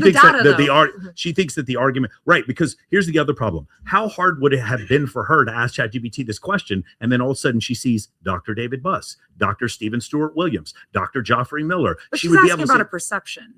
There's a difference between perception and fact, right? But her question was, that's why she couches it in her ego. question was her question was, can anyone explain to me this phenomenon without using their ego? And it would have taken less than 20 seconds on ChatGPT to pull up all the data that I just brought up. She doesn't want to know the answer. She wants to believe that the answer can only be based in ego, when the answer is actually based in objective reality. Go ahead. Question. So actually I have a really different perspective on the body count question, which is like, okay, a girl has 10 body counts, you're not used up, but I would actually respect the girl more if those 10 bodies were like super high quality guys who are wealthy and successful, and then the one girl who dated like the loser drug dealer down the street, like that's not better. Actually, that's quality worse. of the pool. Yeah, I think quality is really important. And also let's say, for example, like someone has like a higher body count or whatever, and I don't even really care about body count that much, but if it's like absurd, then I say like, you made the wrong decision that many times if you're truly looking for love. If you're telling me you're looking for love, so then you're like, okay, so your facilities for discerning what is true and not true is not very well tuned. Like maybe you fall for lies or you're gullible or whatever. So now you're dealing with someone who's been like lied to so much, and of course they're going to be a little defensive. Now you have to solve all of that as a man. I'm not saying that's the body count is a reaction or a result of poor decision making. Yes. If like that's what they were, if they're truly looking for love. Yes. If they're looking to have fun, I don't think the body count's that big of a deal. Just be honest. That's all. I have friends of mine here who are porn stars, and they very much enjoy having sex with strangers. That's fine. That's not what we're talking about. But the idea that same girl who enjoys having sex with strangers is now a good partner for me is nonsensical. It's absurd, because in that I don't want to get cheated on. That I don't want to get cheated on. So that's the thing. What you just said, you're using logic and reason. And the thing is, if she had just asked any LLM this question and it had returned to her all of this data that was out there that clearly showed that women with higher body counts are harder to keep happy in a relationship. If she had seen that, then she wouldn't be making this video. But she's making this video because someone hurt her. What's a high body count? I don't even know. What is I have like 1,000, more than 1,000. So yeah, the way that I look at it is a little bit she's. different. I mean, she works at there goes the chat. That's what she does. Lauren's over. Lauren's okay. We have some extremes of Lauren's putting some Dan Bilzerian numbers up there. The way I see it is like a biology makeup. Like men and women are made differently. Like men are made to reproduce as much as they can. Like think of us as elephants. Yep. Okay. So seeing the male elephant supposed to go around and get as many female elephants pregnant. And then the female elephant doesn't do that because we have the baby inside her. So I'm curious if because I really do want her to see this clip. I'm going to make a clip of this and we're going to tag her in it. And I'm curious, like hearing the women in here also agree with this concept.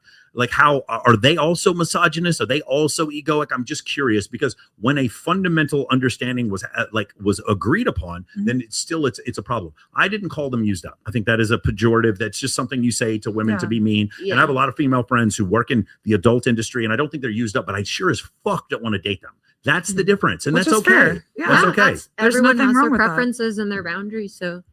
1,000 bodies. To me, hold on, go ahead. Ask her if you want to know. I know she said the 1,000 bodies. So she comes on here every time and she brings it up and it catches everybody. Everybody goes nuts. I know it's going to be a good chat night with I honestly wasn't surprised. Well, I've been doing sex work for 10 years. Okay, so it's sex work, right? Sex work for 10 years. Okay, yeah. So I started out as a dancer, and then I began like clients and I don't recommend this to anyone because it ended up in a dangerous situation, which is why I ended up at the Bunny Ranch. And pretty much the Bunny Ranch? I don't know. It's a legal brothel in Pahrump. It's in Carson City. But so there is no legal prostitution in Clark County, which is where we are now. This is a massive misconception. People think it's legal here. Outside of Clark County, there are certain places in the state of Nevada where escorting is legal. There were documentaries on this when I was coming of age. And I would just recommend that you research. Like to me, it was amazing. Like I just was so fascinated by the concept of brothels and just like it's a business. It is a business operation, and I think it gets we can go on and on about that. Let me answer this question because I want to get the reason I even put this in today's show is because I want to. She's watching, okay? No ego, no nothing. I'm just going to give you some nuts and bolts rationalizations here, okay? Here's what happens. I saw this question has been addressed before on another podcast. Yes. And I forget the name of the guy who did it, but anyways, they were there's women on one side and a guy on another side, and the woman asked pretty much the same exact question. What difference does it make if I've had 10 lovers or I've had one lover and I've had sex 1,000 times with one guy or I've had 1,000 times with 10 guys, right? And dispersed amongst it. And then the guy says, "Give me your drink." So because she's drinking a soda or something like that, and he says, "Let's say you and I are dating right now," and he puts his finger in the drink and drinks it, and he hands it back to her. He says, "You're going to drink it?" And she'll, "Yeah, sure," right? But then he says, "What if I took that and I had 10 guys or 100 guys or however many guys you have, anything, and they all put their finger in? Do I want to drink that after it comes back?" Is that a true analogy? Yeah, though? but it's not fair. I'm with you. Like I feel what you're feeling, but that's still a feeling. I'd be pissed off the one dude. Like literally, like I'm gonna. That's the base. That's the basis of the feeling. Like so, if you're gonna ask somebody, if you're gonna. I hate to run with the flagpole. I love Myron, but if you ask somebody in Myron's audience, let's just say the same thing, that's going to be the reason that they're going to give, or it's going to be the lock analogy, which is spiritual something. No, the lock analogy is like a master key opens many locks. And a lock that opens to any key is just a shitty lock. But don't you think like we have such more like humans are so much more like advanced than like we break it down to locks? No, those are we are though, because in a sense those are bumper stickers. But the thing is here. So here's the other part of this is that, and this is probably a little bit more. When we're looking at body count, what's one guy or 10 guys? The reason why 10 guys is different is because women tend to fixate on the guy who was the best dude that they fucked out of those 10, right? If a woman has a 20, I brought this up before, a woman has 20 body count, let's just say round number, and another woman has one body count, okay? You got and you happen to meet the 20 body count girl, and you are the most alpha motherfucker she has ever met. You are the best she can possibly do. She's ride or die for you, but she has like 20 other guys in the backfield, right? Then there's the one with the one. But that guy that she was with, his name is Dan Bilzerian, and sorry, Dan, but you see what I'm saying is like if there's that guy who is like the ultimate alpha guy, and there's only one guy in the backfield, or there's 20, and you happen to be her Dan Bilzerian, her alpha guy, the difference is this, is that if there's 10 and then there's 1, the odds are that the girl who's got 10 or 20 or whatever, she's got more guys with a broader pool. Like I was saying before, the broader pool. But again, so of course I agree with you, Rolla, but the problem is that's still your ego. Like the ego of losing out. My whole point is this: there is objective data. So who's she gonna pine for? Well, but there's objective data show for whatever reason. There is objective data showing. The Peterson Institute did a study on this, that if a woman has 20 sexual partners before marriage, she has a 17% chance of staying in that relationship. 17%. That is an objective measure. That is not ego. Could the data just be like, okay, someone who's bad at making decisions? Yes. I agree with you. So it's not so much that the sex made them undesirable. What if they were already? Or what if they were taught it was positive to do that? What if it's this? What if it's the necessity for validation? So here's the necessity for validation, and here's the ability to make good decisions, and the necessity for validation just outweighs it. We've been talking about this whole time, how much people need validation. The necessity for clout is a necessity for validation, and hanging out with people who have clout is a necessity for validation. And so maybe that, especially at a younger age, maybe that's a stronger pull than making good judgments or good decisions. The idea that they may have been messed up beforehand, that's while you may be correct, it doesn't change the fact that I'm the one who's going to lose my children and half of my net worth because I married someone who needed stimulation outside of the relationship, and then all of a sudden we grew apart as soon as I lost my job or whatever. And that's the thing, the marital satisfaction was much more difficult. I will tell you, as someone who's dated a lot of women, the ones that have had that require more stimulus are the harder ones to be able to be in a relationship with. Good decisions or bad decisions. Question though. Oh, you can go first. You can go first. Well, I got a super chat real quick. Okay. I don't think I think it doesn't matter what anybody's body count is. It may only matter if you have a certain types of expectations from that person. Yeah, of course. Yeah. If you have no expectations. And then Aaron Clary decides to chime in. Did old man Rollo get his Metamucil today? Thanks. There goes your spot on my show. I love it. Well, I was going to ask you, Mike, what is the data for male counterparts? Yeah, so it is for how many women a man sleeps with before he gets married. Is that what you're asking? Yeah. Okay.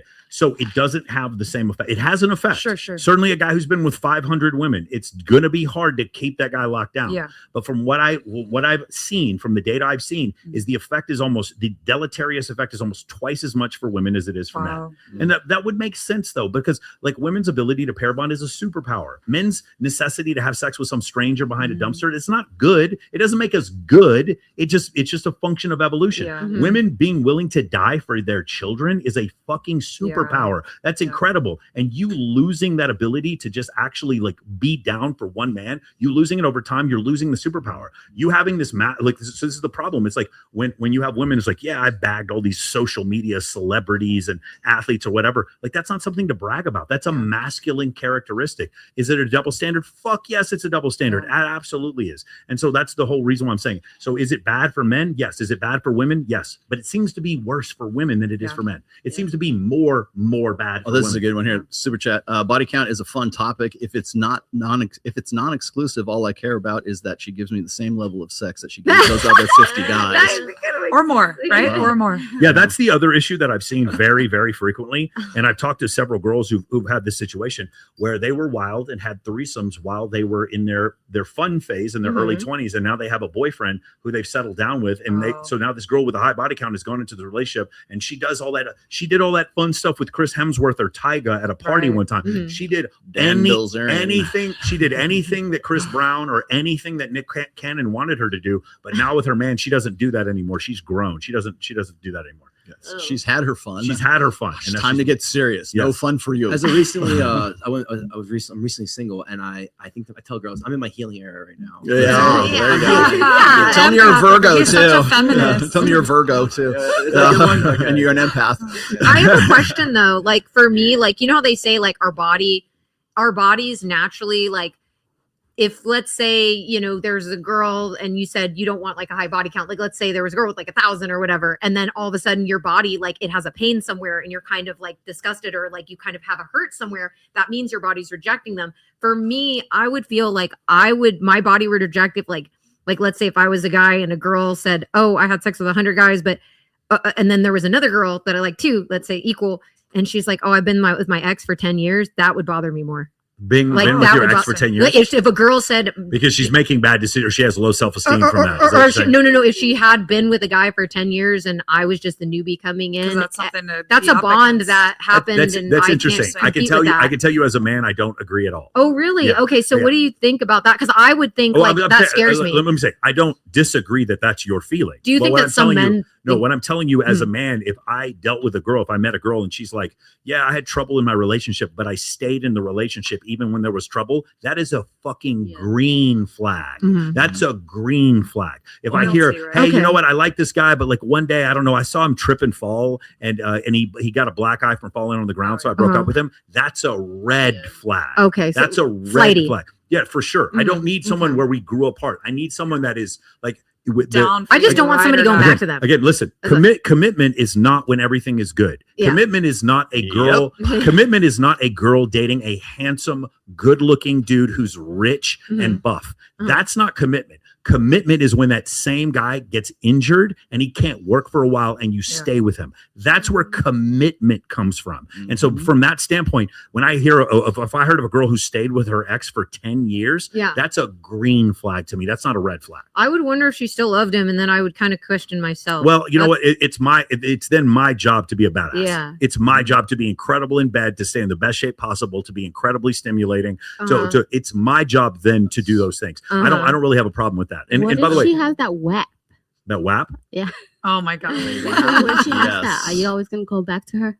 Are you always gonna? It depends on what you're I still remember looking for. like my best. It depends on I what still you're remember looking for. like 10 years ago, probably. I remember my different. best. You guys are in different phases of your life too, right? Like you might not be looking necessarily for your soul partner at this moment. Right? I still am. Okay, well, if she's at CES, come find him. Oh, there you go. I hate nerds. Come find me. Hey, there might be some hot nerds though. Maybe you guys will I'm connect. sure there's plenty of hot nerds at CES. Yeah. Let me get this one here real quick. If there's no meritocracy in fame/influence, is that all that matters? Why do you tell the truth, cost you views, instead of pandering for 100 times more fame? Listen, Great question. I may listen. You never know. You know, one day I'm like, fuck this red pill stuff. I'm gonna you know be what? You guys are lucky I use my superpowers for good and not for Can you imagine? evil. All of a sudden you start seeing me. It's like, buy her, send her $5,000 right now. Send her $5,000. Send your girl for her nails. Send her $5,000 or some other guy's going to do it. Do it. You don't deserve her. You don't deserve. When I start making content like that, I will blow up on TikTok. I would explode on TikTok. The best would be get in a relationship and just be like, I do everything for my girl because she's the queen. And like, it's couple content. But you're like, you know, I actually thought about this. I haven't done it yet. I know my worth. I think I might do it actually. It's me as a single guy. This is how I would be baiting for women. I'd go to like Spain. I'm half Spanish. I go to Spain all the time. And I go, whenever I buy something from the Gucci store, I pick out a dress for my future girlfriend. I know her size. And I know that she's smart. I know she's elegant. And I have a little portfolio of outfits for her when I meet her. If I made that video, that is like viral. So viral. I love the way your brain works. I didn't think about that, but I guess. She's like, okay, hi Ethan. Yeah, and at the same time, if I had a female friend who said that a guy did that for her before she met him, I would say this is American Psycho. That is Christian Bale, and he's going to murder you. Yeah. That's the problem. You have another video? I do. Let's. Oh, geez. God. Okay, I'm gonna do Mackin. Okay. Successful men will date an Applebee's waitress. Doesn't line up with the data that richer men tend to select richer women. More educated men tend to select more educated women. Richer women appear basically immune to the decline in marriage that has transpired since the 1970s. When you look at this data holistically, it doesn't seem to be the case that there is a effect of men selecting downward for youth and beauty and whatnot at the expense of career and education. When you look at the most successful men, they tend to pair up with the most successful women, even though oftentimes those women stop working after marriage. At the initial point of contact, they tend to both be in similar stratospheres. So it's kind of a refined taste born out of a refined lifestyle. Yeah, in order to be able to achieve high socioeconomic success as a man, you've had to become discerning, and you probably have non-typical challenges that you're facing, and you want somebody that can keep up with you. The great line from David Senra, he says, the rule that I've learned about choosing a partner is that as a high-performing CEO or founder, you either need a supportive spouse or no spouse at all. I feel like it's playing into that. I have a question on that after you go. Well, real quick, Kaisha, you haven't said anything. Do you have any opinions on this? What's the question? The concept here is that what was the first thing we were talking about?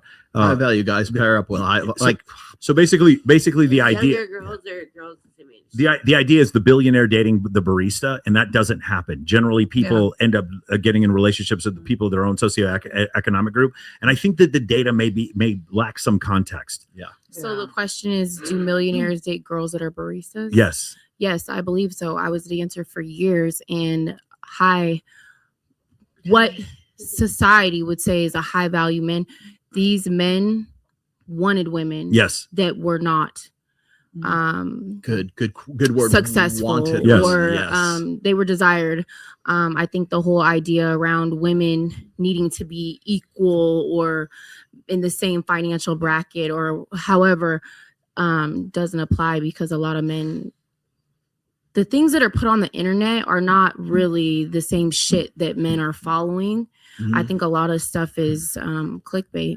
Okay, so there's two caveats here because I hear this data all the time. This assortative made of data. The first thing is wealthy people tend to marry other wealthy people because that's who they're around. That has a lot to do with it. I think proximity. I have something to say about that. For sure. That's the one that it's like for I went to this Wilshire Baptist Church in East Dallas, and everyone there was Anglo and rich. They all went to Lake Highlands High School, and they're rich. And then I went to high school at Woodrow Wilson High School in East Dallas, and that place was ghetto as fuck. Yeah. And it was just like I noticed that my friends who were ghetto hung around other people who were ghetto, and my friends who were rich hung around other people that were rich. So people marrying other people in the same socioeconomic bracket happens because of logistics more so than it has to do with assortative mating. That's the first thing. What do you mean by ghetto? Huh? Like I grew up in East Dallas. All my friends grew up with crack dealers. Like that's what I mean. I legitimately mean ghetto. Yeah. So let's go to the opposite part of this, which is the concept of, which is the concept of when he starts talking about people dating in their same socioeconomic class. There's other data that shows that wealthier people, and I know this is going to come off as maybe offensive to some people, but what happens in general is that women can marry out of their caste by being very attractive. And so several times you'll see very attractive women marrying people who are in a different socioeconomic bracket. Than it doesn't happen all the time, but it does happen often enough. And because of that, there is data showing that good looking, like wealthier people tend to be more good looking on average. And so because of that, that's why I would say also these wealthier men are marrying women that are in the same socioeconomic bracket, because that's go ahead. That ends up being the same people. This is something I've noticed, and it's like a personal experience. Never got that bad, but it's something I observed, which is if you date a really hot chick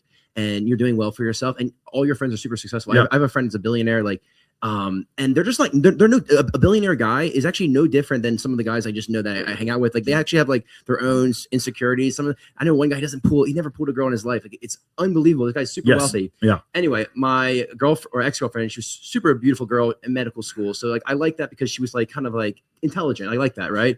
And then I brought her to meet all my friends, and all my friends are super successful. And I noticed something like, okay, she's not gonna like cheat on me with my friends. I don't think. I hope not.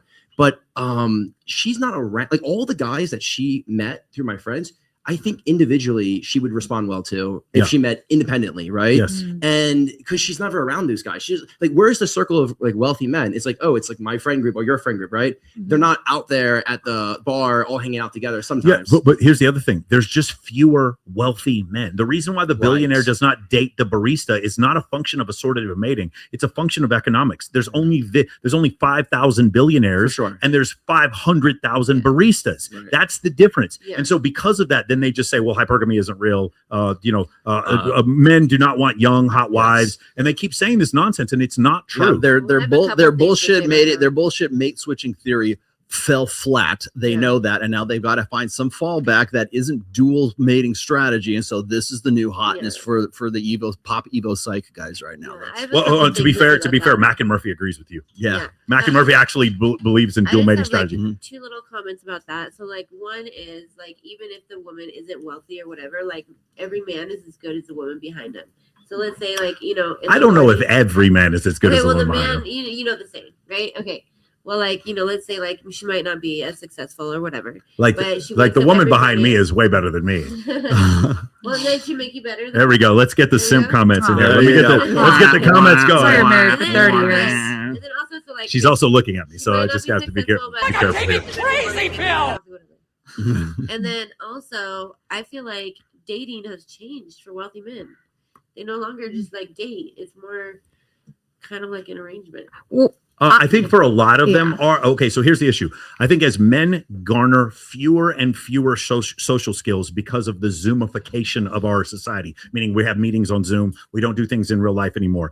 As that happens, the wealth has to overcome his autistic nature, his lack of calibration. The wealth has to. And so what happens is he actually starts going to matchmakers, which matchmakers are just, God, I can't think of a profession that is just more ridiculous than a matchmaker. I have several friends that are matchmakers, and I tell them all the same time, the first thing they ask about the guys when they matchmake them is how much money they make. And it's so blatant what's going on here with the matchmakers. It's men who don't have game and have a lot of money who need a woman to help them find some man that they're supposed to be with. And this thing is supposed to be so glorious. I'm friends with Patty Stanger. I'm telling you right now that the whole thing is about money, and it's so problematic when I watch it. And when the women come to the matchmaker, it's like, hey, I'm tired of working. I need a man with money. And when the men come to the matchmaker, it's like, I have a lot of money, but I can't meet a great woman. It's never the fat broke guy who goes to the matchmaker. It's like, hook me up with a hot young chick. Yeah, that's my point. It's exactly my point. I have a question too, or a comment on that. I just noticed, like you said, like from personal experience, when I worked at McDonald's for 5 years. I changed my whole face. I got into Playboy right after I changed my whole face. And changed my teeth, changed my face, everything, because I was like, this just isn't working for me. Nobody dated me when I was at McDonald's, and when I was at McDonald's, nobody was attracted to me. There was like I was like a novelty, like I was cute for a minute, and then it was just like bye kind of thing. And then, but I did notice I didn't have any education at the time because I just didn't have the access to that. So the guys that are picking you are not necessarily. Lauren, let me say, they don't care about your career. Lauren, listen. I'm going to say made yourself hot. I'm going to say this. Well, yeah. So that changed everything.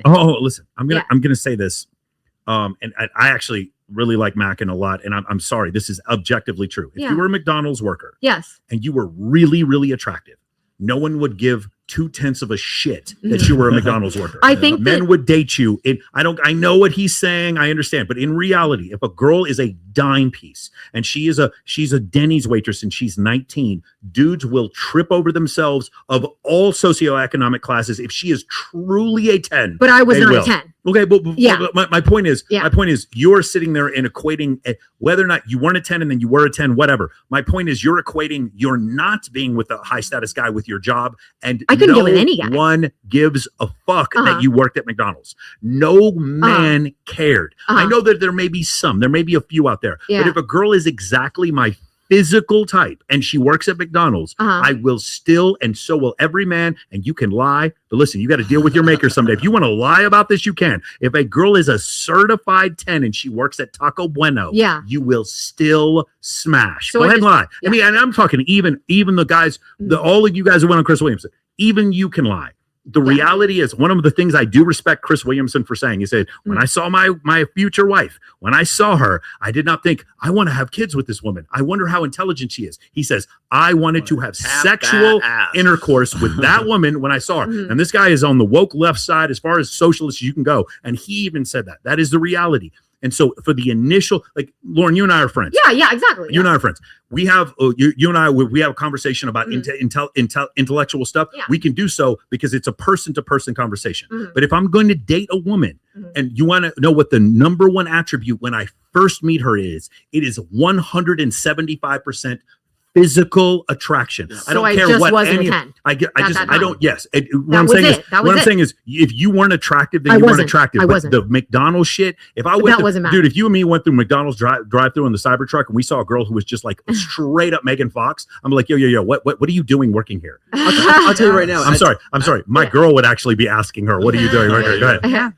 I'll tell you right now. I was at CES today, and there's this thing called booth babes, booth girls. They get hired by companies to stand at the booth. By the way, shout out to Bella Model Management. Shout out to Blink Model Management. Shout out to Legend Models and Talent. Shout out to LV Platinum. Shout out to all the. So those are all the atmosphere modeling agencies in the city that hire all those girls for convention. So I'm looking at like a slushy machine. I don't give a fuck about the slushy machine. The girl is beautiful in front of me, and she's talking to me, and she's like, "You live in Miami? Like, I've never been there." And she's like so like full of excitement, and she's like, I heard the clubs are like crazy. have you been to space? I'm like, I was space last weekend. Like, it's not the biggest deal. But she was enamored, right? This girl was very young. I don't know how old she was. Maybe she was 20 or something, right? And she was like, oh my God, I would love to go there. And I'm thinking to myself, like, 34. I probably shouldn't ask her if she wants to go to Miami, but but you got her a ticket. I did. You got her a ticket. No, I didn't. I just I walked she's away. Staying at the SLS. You got her a place at the SLS. What stopped you from doing that? I think there's like, I don't know. I'm recently single, so like going that young and recently, it was weird for me. But that's fine. You can have that preference. Big energy shift. You can have that preference and still recognize if she's physically attractive or not. And she was very attractive. And there is a level of attractiveness that you would have said. So yes. I'm saying, like, if I was in my own town where I grew up in and I met in the same scenario, and she's like, I've just never been out that much. I don't know what a drive-through movie is. I don't know if that's even a thing anymore. I'm not that old, but in my hometown, they had one. They had one. I would go. Yeah, it's like a cool novelty. And I don't know anyone with a car or something like that. Okay, I guess that's too young. But regardless, the point is that I think a guy would definitely bite on that. So in your scenario, I think you just probably like weren't exposed to the right person. I agree. And I agree totally. I mean, we're talking about you're not ugly, so I feel like in that scenario, you might have just been like in this small. I don't know where you're from, but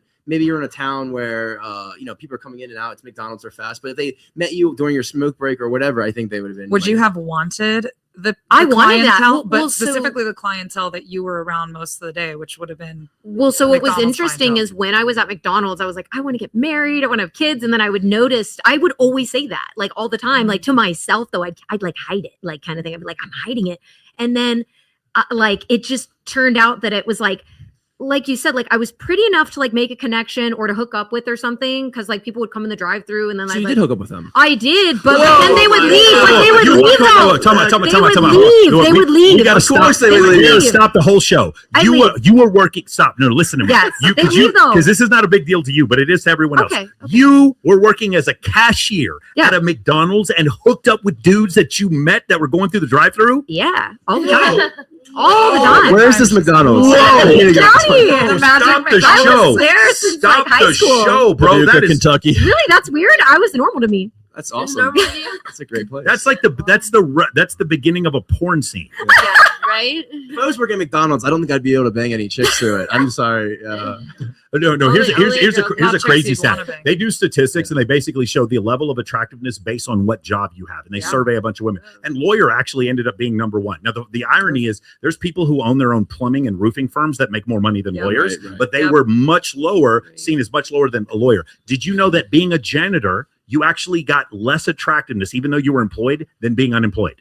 Being unemployed was like a neutral stance. So the perception matters. The perception of janitor actually hurts you more than being As a man, unemployed for as sure. a man for women. And so being an attorney, by the way, for those of you who don't know this, most men who are attorneys are in massive levels of debt and are never going to make, Harvey Specter level of money. It's but it's Like funny hundreds because of the thousands of perception that they're smarter. Dude, there's law degree mills right now. They're just pumping out law degrees for anybody who they don't have to pass the LSAT. They don't have to do well in the LSAT, and they'll still get law degrees.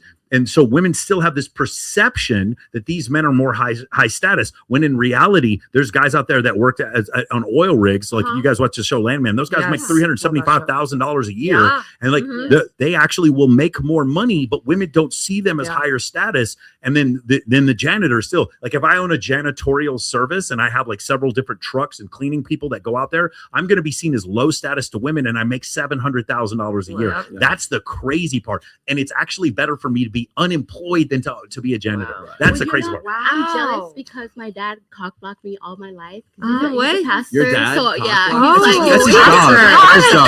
pastor's daughter. He's a pastor. Yeah, Yeah, that's his like, job. he was like, you can't date him, and I'm like, wow. Damn, So like, I'll give you my take on all of this, because Aisha gave me something to think about here. Is like, it's not about who you're pairing off with; it's who you want to pair off with. Yes, So it's not about that. That's what the problem I have whenever this fucking topic comes up is they're like, well, rich men marry rich women. I was like, yeah, but the marriage rate is still 6.1 per 1,000 people. It is at the lowest rate it possibly is. Next, there's very much. You were right about the pool of applicants for guys. There's fewer, super successful rich guys men. and more. Yeah, Period. and then on top of that, as you were just saying a moment ago, there's the prestige that goes along with it. what is a high value man to the people who are taking all of these statistics? Are they saying, well, you're a part of a Fortune 500 company and you didn't marry the chick from McDonald's? I believe amazing socioeconomic class. But here's I mean, that's the main thing. They're not testing for the right information. Here's the main part, because they just want you to believe. Here's the main thing they miss. Sort of native bullshit. We've got the man and the woman who are of the same socioeconomic class, and they get married together at 30. But what was she doing at 21, 22, 23? She was invoking her hypergamy, and she was going out with the rich guy, fucking guys in the drive-thru at McDonald's. Yeah, but I like those girls. Like the center fielder. Yeah. But what I'm saying is she had her fun and then settled for a guy in her socioeconomic class because he was rich. And then you sit there and watch this whole thing. It's like, do you see assortative mating? Well, see, because after she got through with all of her fun, then she married and settled this guy. There proves assortative mating. And there's no hypergamy. No, it's the not problem. True. And the problem is that whenever we use marriage as the metric for success of or failure of a particular idea or whatever the fuck it is that they're trying to prove. How about marriage to a good woman who doesn't cheat on you? It's the 21st century. We are 25 years into the 21st century. Using marriage as a litmus test for the success is like over. That is a dead fucking meme. If you're going to say this is indicative of a natural evolved mating strategy, and you're going to tell me that rich guys are going to select based on socioeconomic status and not how hot that chick is and how good she fucks, get the fuck out of here. That does nothing to address the idea of, well, once again, dual mating strategy, or what men find attractive and arousing and what women find attractive and arousing. Okay. So when you're approached in the club by when you're dancing at the club and you're approached by very rich men, that's because they want to be there. They want to get with you. Are they going to marry you? Are they going to have a relationship in I don't know, maybe on some rare occasions, but what they want to do, what their biological evolved impulses are, give them a proclivity to do, is to go to the club and say hot ass in front of them. That's what they're doing.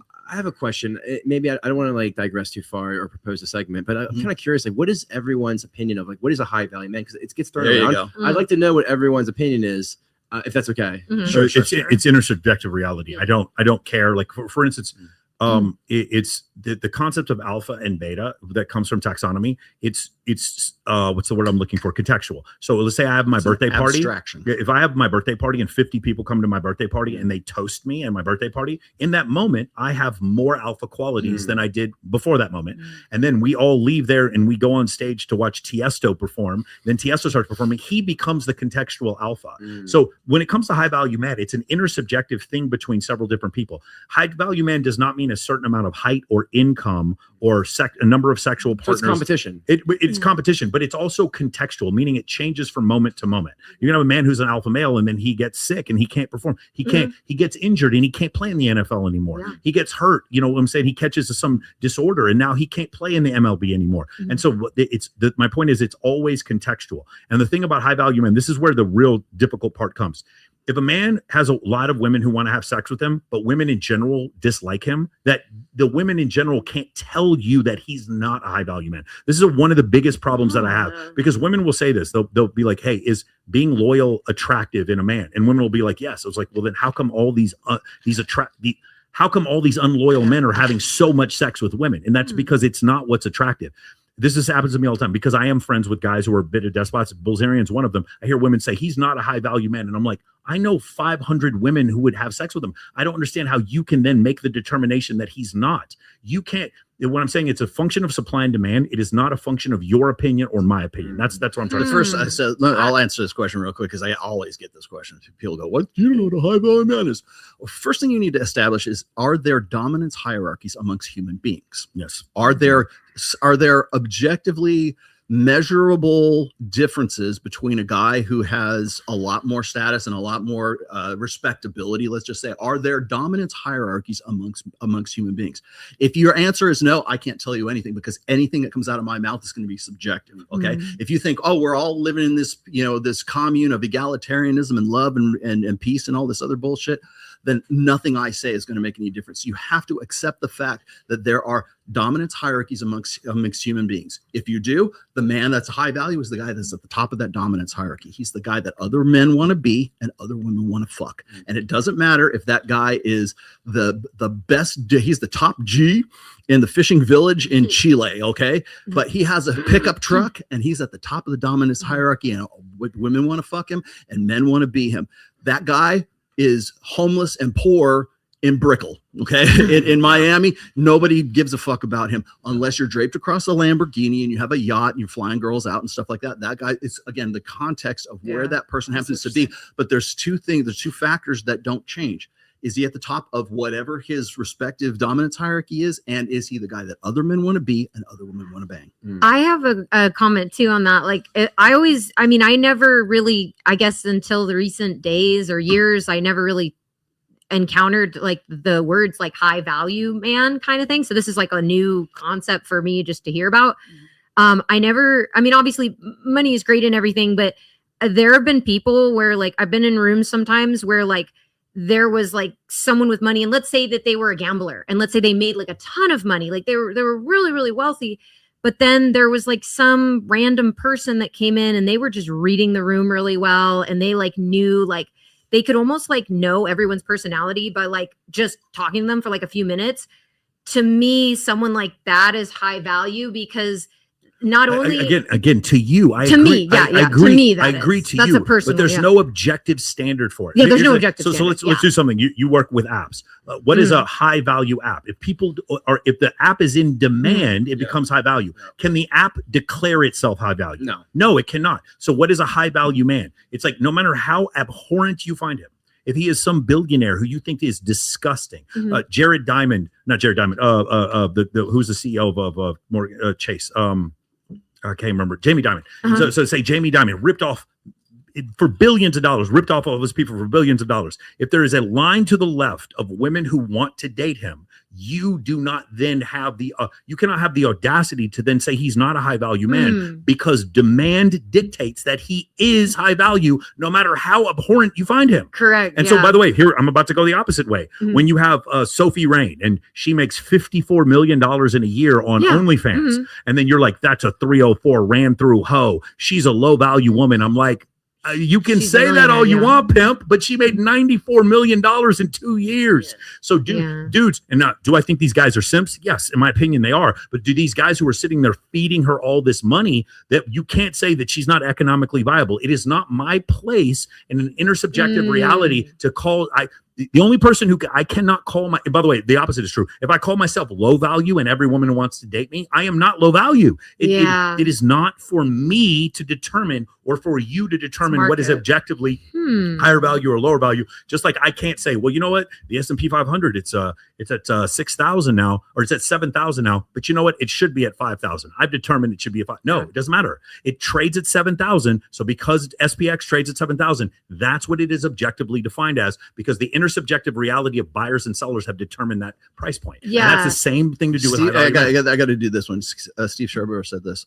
Don't forget to take into account athleticism and other common interests. Athletes date athletes, musicians date musicians, etc. I'm not sure about the. I don't know about the musician who dates musicians, but athletes date athletes. I agree with that. I again, also proximity too. So if I think the proximity is the main one. Like we go to share the same. Wealthy people go to the same churches. Wealthy people go to the same country clubs. Wealthy people go to the same colleges. That's more. That has more to do with that reasoning that Mac and Murphy was bringing up than anything to do with male or female selection. Go ahead. I was gonna say a high value man is somebody who uplifts the women. Somebody married. Okay. Like, so here, I have an example for you. Gonna put the women up here. Let me play devil's advocate. I introduce you to a guy who is not physically attractive, but he lifts his female friends up. He makes them feel really good. He supports all of their causes, does everything they want, and gets fucking friend zoned by every single one of those women. Still high value? But no one wants to hold on. No one wants to sleep with him. But he's lifting women up, like you said. See, you're laughing now because you understand my point.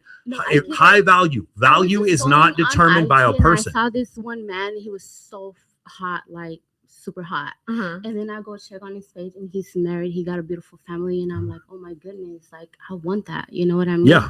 But Right, but hold on. yeah. He's not high value because you thought he was hot. He's high value because other women, including you, thought he was hot. Intersubjective reality, supply and demand. It's And a just function the of fact that economics. He had his wife's back. It was just like, oh my god. I Yes, want because him like more that, women you know? more women creep into his DMs because he shows his wife. Duh. Question for you, reason. actually. Question for you. So if a guy comes up to you and he's attractive, really attractive, Mm-hmm. and he's like flirting with you and you're vibing with him, and he goes, "Oh, put your number on my phone," and he gives you his phone, and you get to put the number in, but the background is like white picket fence, and it's a family, and he's holding like a dog and a baby, and there's a wife there. Are you gonna stop that?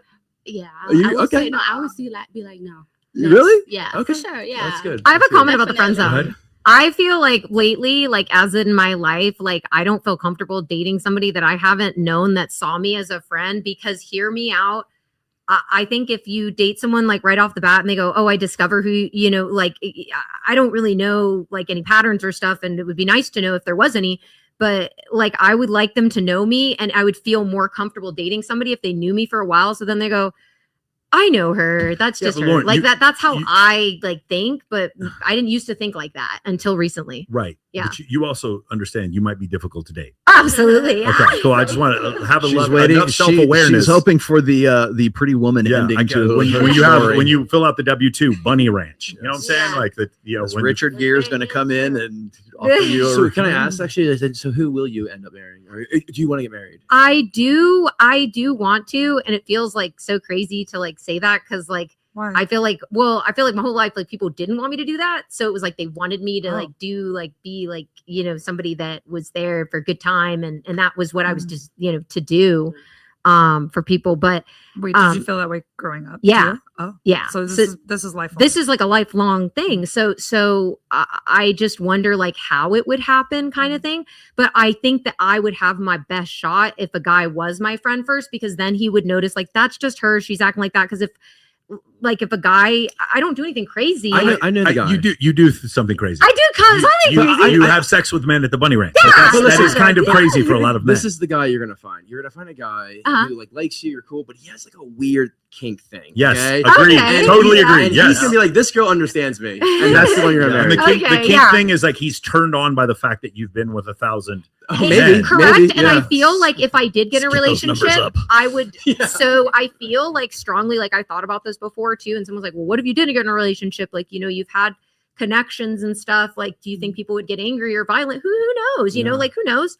And so I said, well, at that time, if that ever happened, I would just kind of drop off. Like I would just kind of like Lauren Roses would just be like that would be what it was. And then I would just do, you know, something different. But like, All right, if you want to get married to Lauren, put a 1 in the chat. Let's get a 1 in the go. chat right now for everybody who wants Marriage to get married. proposals. am I getting a marriage proposal? Best one tonight? gets published on the published on the It's site. Yeah, published. I got it. I have a question for you. Go ahead. Do you think you'd ever marry someone that you met at the Bunny Ranch? So I've been asked that before. I just like, so the here's the thing. Have they ever proposed to you? No, no, I've never been proposed to, but I think that the issue, I think that just my biggest issue is they need to know me for a while and know my personality and know my life and know me, because that's going to be a big, like they need to know how I am and how I operate and how my brain works, because it's not how another person's brain would work.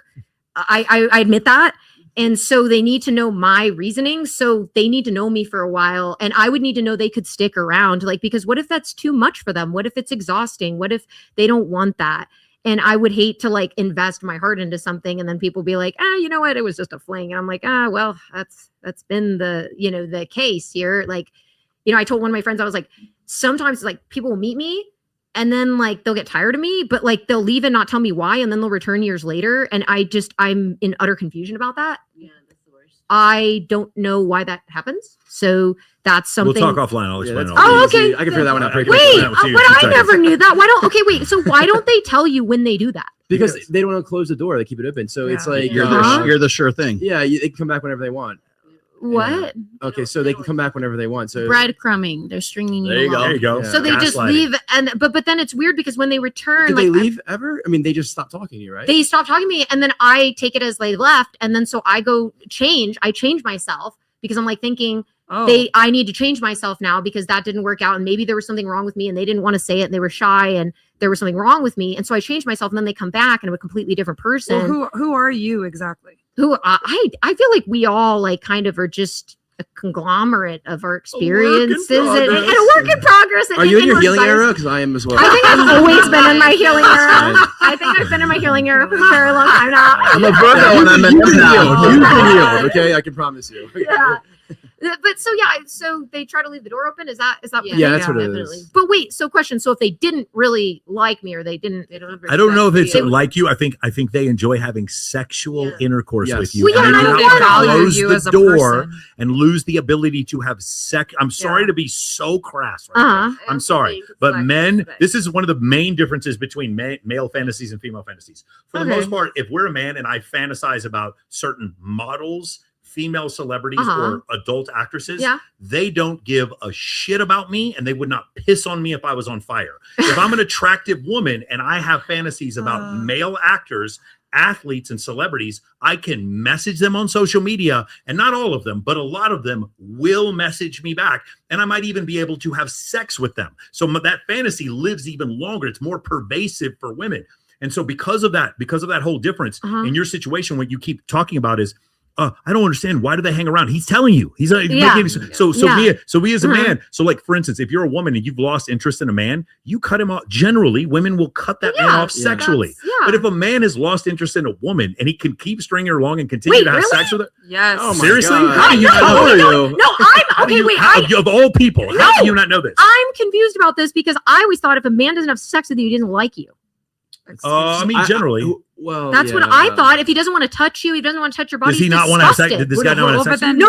He wanted to have sex with me, and then he didn't want to have sex. I mean, I'm not like hung up or anything on it. I'm just using past examples. Because what happens is sometimes you enjoy someone, and then you kind of get like, okay, I had this. This was fun. The mystery is gone. I never had that happen with me before. And then they come back later when the mystery's been like revived. Well, yeah, but then I'm a different person, and then they're like, "Who are you?" And I'm like, "You're not a different person." So here's the thing. You're the same person. While you may be a different person. Yeah. If they are physically, man, I'm sorry, I feel like I'm in elementary school. But if they are physically attracted to you, whether or not you're a person who you're a Christian, Muslim, Jew, believe the fucking earth is flat or whatever, and they're physically attracted to you, they still want to have sex with you, regardless of whether or not you changed. You're giving men way too much credit, which is shocking to me, considering what you do for a living. Yeah. That is shocking. I literally think like that. One thing that I want to point out is that, like, they say 90% of the way someone acts towards you has to do with something personal and nothing to do with you. Yes. Right. So, like, I mean, maybe them leaving the door open, maybe something personal happened to them, and it really has nothing. I just find it weird. I think they just want sex. I don't think it's that fucking complicated. Maybe that could be. Why are we making it this complicated? I don't think it's complicated. Hey, listen. Lauren's been with 1,000 dudes. I bet she's not terrible. You know what I'm saying? Can I just be real? You can go, don't clip this. But like, I'll bet she's not bad in bed. Anybody want to take a guess on this? If I take 1,000 3-pointers, guess what? Guess what happens? I get better at shooting threes. Okay? I'll bet you she's not terrible. And I'll bet the guys who have sex with her probably like doing it. And that's what you're trying to make this way more complicated. Why'd I go eat at McDonald's? Because I was hungry and it tasted good. See, that's why because I was trying to hook up with the cashier. That's how I think. Like, I'm very intricate in my thoughts. But honestly, I think your naivete actually makes you good at your job. Really? Yeah. Yes. Makes sense. I think you have this artificial innocence that actually makes you really fucking good at your job. Huh. I think there's a lot of cynical women that you probably work with, and you're not. Of all the things, you are definitely not cynical, and your lack of cynicism makes men probably more attractive. You have a good attitude, probably makes men way more attractive to you. Yep. I know sometimes I've gotten in a funky mood, but yeah, I kind of. Michael, I have a question for you. Hold on, Mike. Making women friends as a proxy for pre-selection, as Sartain teaches, isn't that just advanced sneaky fucker game? So it is and it isn't. So it is if you are legitimately. Here's the reason why I say it's not. So I'll give you 3 examples. My friend CJ Sparks, my friend Kindly Myers, and my friend Kaylin Franca. They're good friends of mine. I care about them very much, and there's no secret intent for me to hook up with them in the future. And there's no, so because of that, I wanted to disabuse you of that. I have female friends who are legitimately friends. Kaylin Franca helps me with animal rescue. Kindly Myers helps me with the charity events that I do, and so does CJ Sparks. And so because we have interests outside of that, and I have no interest in them, romantically, because of that, I don't agree with that. Now, are there women that I'm attracted to that I friend zone? Yes. But the thing is, the way sneaky fucker game works is I wait for the moment of weakness and then I pounce. I don't do that. I do not show intent to a woman who does not give me compliance. So there's no sneaky fucker game. In every case, whenever I date a woman, she feels that it was her agency and her decision to date me. It was her agency or her decision to pull me into my guest bathroom in my apartment and take advantage of me. It was her agency to do so. It was her decision to do so. Every girl that I've dated before, they felt like they were the ones who chose me. So I think that what the difference is here is when you are in sort of like the friend zone, and then you come out of the friend zone, and you're playing along. When I'm talking about like sneaky fucker, or if it's the identification is what it is. If generations of guys have been taught exactly this, which is the more feminine they identify as, the more like, oh, I want to get my masculine in touch with my feminine side, and they'll have this bullshit Carl Jung, animus thing. The guy that is like really dials in and he wants to be the Virgo and the empath and all this other bullshit. Like he wants to prove to you that he can identify with the feminine. And then all of a sudden you've got this nice guy who's this teddy bear, who's this nice stuffed animal. But when the stuffed animal gets a hard on, you're like, oh my God, is this what you wanted all this time? I can't believe it. It's like, no, that's why women hate nice guys, right? Because they're using the nice angle to get in. That's basically what sneaky fucker game is. That's not what he's saying. It's like I'm saying legitimately friends on that. Yeah, you're like this is like leverage as opposed to I'm going to change my life that you think I'm more like a chick. Like that whole thing where it's like, oh, you think this guy's just your friend? Hit him up right now and tell him you want to hook up. If any of those three girls had done that, I'd be like, what's wrong with you? Do I need to come save you? Do you need to go to the hospital? Do it? Like I would not say it's time. It's time for us to finally be together. I've been waiting all the. No, it's not. No, I finally came to the realization you've been here all along. Here's the reality. I can only do this. Why? Because I am not in a sexual deficit. I can only do this. Why? Because before, like, whatever, and I don't want to be specific about what relationship I'm in now, but before, after, during my relationship, there was no deficit for me to find women to date. Because I'm not in a sexual deficit, then I can be friends with women. If I was in a massive sexual deficit, I did 15 months in Iraq, or I just got out of jail after being in jail for 10 years, it's going to be very hard for me to be friends with attractive females. But if I am having sex on a regular basis with someone I find extremely attractive, it's very easy to be friends with females. Oh, huh. All right. Thank you for this. $20, man. Speedy recovery. Thank you very much. Rugged for me. We both. Well, I was wondering what both did. Yeah, who's talking about? You had 10 inches of your intestines taken out. Yeah. I thought you were going to bring it on the show. No. We're going to go through the freezing. I thought you were going to show. I thought you were going to show us your intestines. Bronze it. No. Hey, we're going to show you your what? My leg, my varicose veins. I was going to take the varicose veins they ripped out of my leg and show them out here. Yeah, right on. We both had surgery.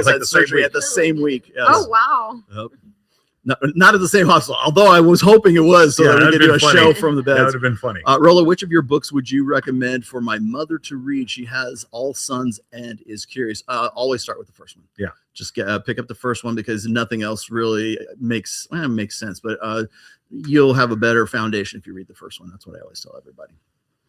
Let's see. Anything else? I have a question. Sure. How many books do you have? I have 6 books. I just published the 6th one in November.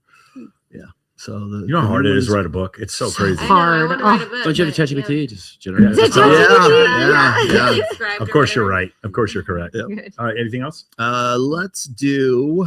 Who should we do next? Oh God, since we talked. Men fixate a lot on someone's past because they feel that another man can permanently taint a woman. You don't have that power. You don't think a man cannot permanently taint me? But a lot of women are they've had relationships that have completely changed their personalities, the way they trust a man, the way they view men in general. I feel like you can be in a messed up relationship that can really mess you up. But I feel like when it comes to past and a man focusing on what happened 5 years ago or what man you slept with or what guy you were with, that is thinking when this man stuck his penis in her, she no longer has value. We're the whores, but who are we all fucking? But the truth of the matter is, it's like, if you meet somebody that makes sense, whether they have a kid, whether they've been with someone publicly, why miss out on potential love of your life just because some guy dated her and it didn't work out? That's probably the mature mindset.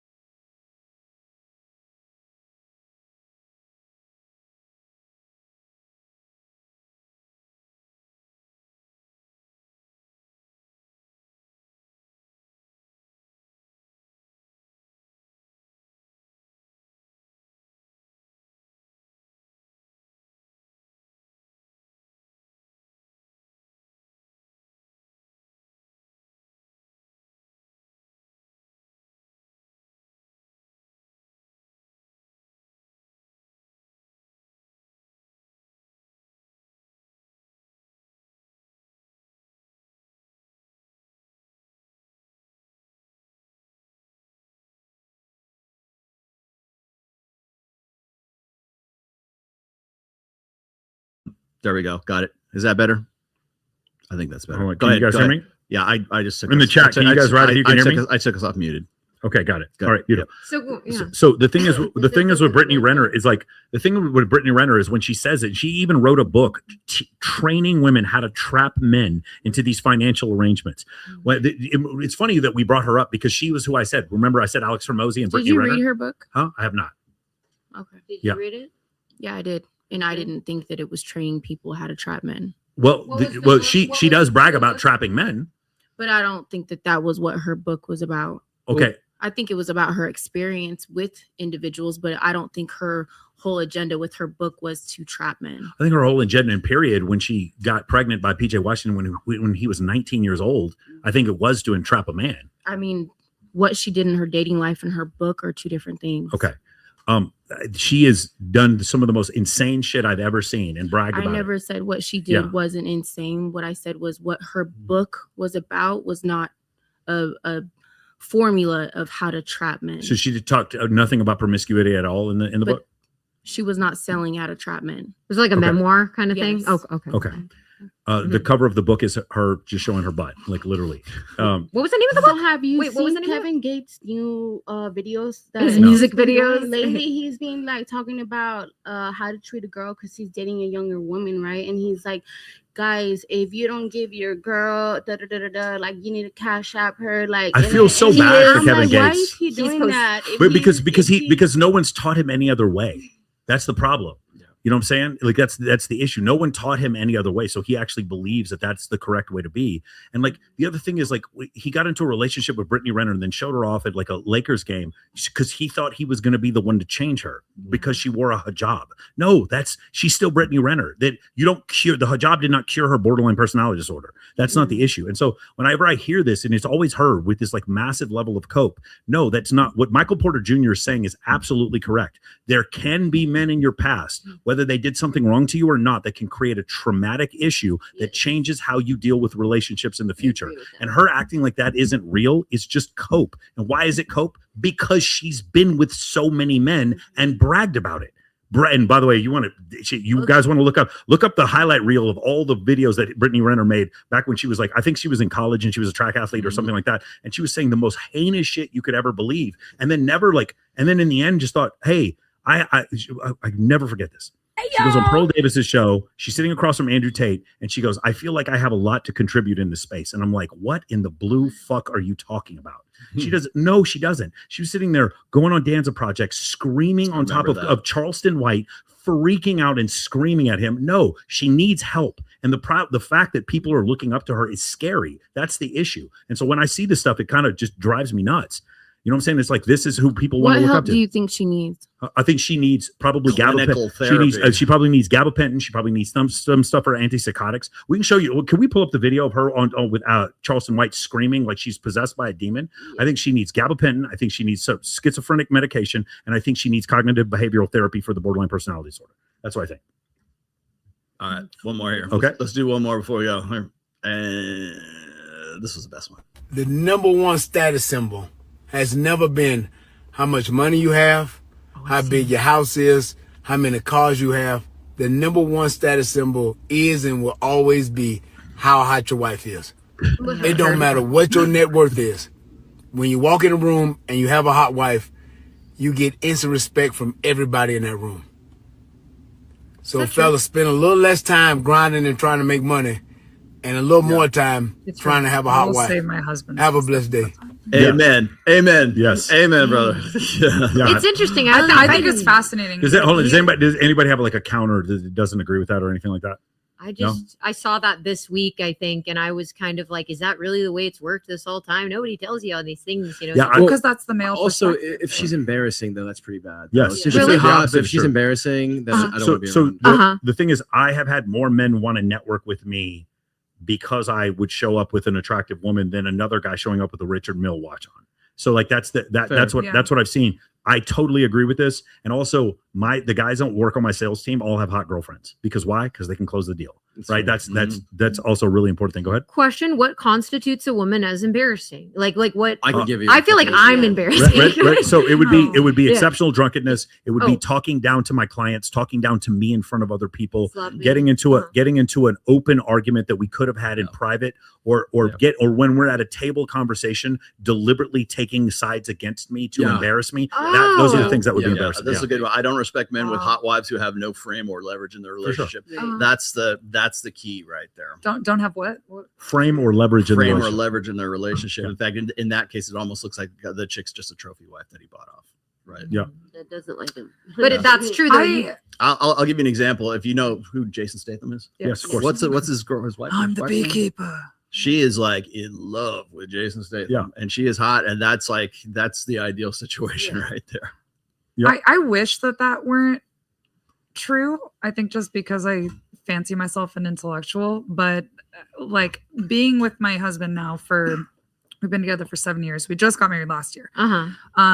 It's been very interesting because this is my only long-term relationship, and it's been fascinating seeing the world through his eyes. I feel like I've learned a lot about the way that the world works just by him informing me of his perspective. Because prior to that, it was just me being, all right, I'm smart. I'm going to go in the room. I have value. I have this, but yeah, that's what I thought too. Interesting. I feel like I'm almost like looking through a bush, like, oh my God, I never knew this, but I'm 33. Like what? Like, I had to coach my last girlfriend when we go to like a party and there's like a lot of like wealthy guys or whatever. I'm like, please don't embarrass me by like, listen, showing too much attention and like laughing and touching like that's not acceptable, right? Yeah. Touching other people or you? And that could touching other men, right? Okay. And this is not something she did, but I had to like forewarn her, like, this is gonna be taken. You're gonna make me look really stupid if you do this. Really? Right? Even if that's your like flirty personality, to everyone else, they're gonna wonder like, who am I dating, right? Yeah, I would feel the same way. Yeah, or if it was a situation where she has a belief that's so far out of bounds, right, that like my friends are like, you're dating a woman who believes the earth is flat. Like I don't understand what's going on. Like something like to that extent, I would. And again, I would say the same thing, the opposite. I'm not going to go home with her family and start espousing Keynesian economics or some shit like that. It's the same thing. It's like in front of her family, we're gonna have a unified front. I'm never gonna say something to embarrass her because she's my partner. Right. That's the way you should do it. You should look at it. And then privately, we can have a discussion, be like, I can't believe you said that. That's really embarrassing. That's totally fine. That's the having a unified front. Doing anything other than that is embarrassing. So other than like the laughing and the touching, what other things are like? Just basically look at Jeff Bezos' wife, and that's basically embarrassing. Look at Travis Hunter's wife. That's basically what's embarrassing. But I think Jeff Bezos likes it. Maybe, but it's still embarrassing. But anyone else would be embarrassed by that situation. Yeah, like the whole like Jeff Bezos was Lawrence Sanchez, and then what's his name, the actor, Leonardo DiCaprio. That clip right there, that's the equivalent of embarrassing. Wait, what happened? She's like flirting with him, staring at Leonardo DiCaprio while the richest man in the world. I'd break up with that girl if that happened to me. One time. She was flirting with Jeff Bezos. No, she was flirting with Leonardo. No. She is married to Jeff Bezos, flirting with Leonardo DiCaprio in front of Jeff Bezos. But it's all in the realm of plausible deniability. Like, oh, babe, I was just like having fun laughing. He's an actor. He's an actor. I was just enjoying time. I don't get a hall pass. But that right there, I can tell as a man. I can tell when it's like more than just like she was enamored. She was like really infatuated with him. Yeah. And showing that, it's very embarrassing for a man. Really? Yeah. Well, yeah, it would be very embarrassing. I mean, I was always taught that I would be embarrassed by all the NFL players she dated before. I was always taught to be friendly, so that's something that maybe to take into. I was always taught to be friendly to everybody, so that's one thing. But putting the shoe, put the shoe on the other foot. What if you're in a committed relationship with a man and you take him to a party and he like with all the girls around, like how would you if it was my friends? So I have a really weird view. I'm kind of weird in this department where I think that the guy like could have the right to be open in my relationship. I'm just saying this for me. He could be open if he desired to, but I can't. Like sexually open, that's how I think. So if different. he did that in front of me, I do have like a little bit of like thing in my head where I what do they call it, where you're like a cuck queen, where you like to see like girls all over your guy, and then you're the one that gets them, and then he might pick you, he might not. I like that like mystery. It like kind of jacks me up. And that because I have like a masculine side and a feminine side. Because you're with a guy that other women want to fuck. Well, yeah. No woman wants to be with a guy that other women don't want to fuck. Unless you ask women. Yes. then they say the opposite is true. Well, I And would then get they mad keep if dating those guys. I would get mad if it was like a friend of mine, like a close, like best friend, because I'd be like, this is like my best friend. Like, what are you doing? Like, this is, my friend from high school. But It's okay. If it's a stranger. yeah, I don't know. I'm weird. Like, No, that's not weird. Like, That's what people say when they're in open relationships. Like typically, But you want something with no strings. But I would right? want to be like not being able to do that, and then he's able to do that, so that my fantasy of like It's rejection fulfilled. fantasy can get like met. A lot of self-deprecation going over here. I know. Very good. I think I have that. I don't know. It's so weird. Lux, what do you think of the show? I think it was great. You had a good time? Yeah, I did. I have a great time. It was a great conversation. I mean, kept me on my toes. I love it. Ethan, what do Yeah, you it's think? really fun. I mean, I haven't done many podcasts, so Yeah, they like you in the chat this too, is by the way. exciting. Yeah. Yeah, this is cool. Definitely. What do you think? Blast. You had a great Total time? blast, I yeah. appreciate you Good coming time. on. Yeah, Did you have a good time? I had a good time. Yes. Thank you for flying out here just for this. Yes, I was Did you have a good super time? stoked. Amazing. I didn't want to say this, but I've seen your videos way back in the day. Yeah? I did. Kaisha, did you have a good time? I think it was interesting to hear everybody's perspective, and I respect everybody's views. and Awesome. opinions. Awesome. Well, thank you for coming on here, guys. We hope you had a good time. We don't know when the next episode we got to do because I have to travel. He's healing up. We're gonna 29th, 20, in the 20s. But probably in the 20th, yeah, because I'm going to be in Phoenix, like I said, on the 16th and 17th. Hopefully, you guys can come out to the free event that we're going to be doing out there. We're not giving out the information publicly just because we don't want to get egged or Either the 21st or the harassed. 28th, one of those. Yeah, one of those dates we'll probably do another episode. We want to thank you guys for joining us. Like I said before, different events coming up at the 16th of January. We're doing a free event. The 28th of February in San Diego, me, Owen, and Marcelo are doing a free event. And then we also, like I said before, have the Babes in Toyland party. It's going to be the 5th of February in San Francisco, California. If you guys want to check babesintoylandcharity.com. A couple things I want to say.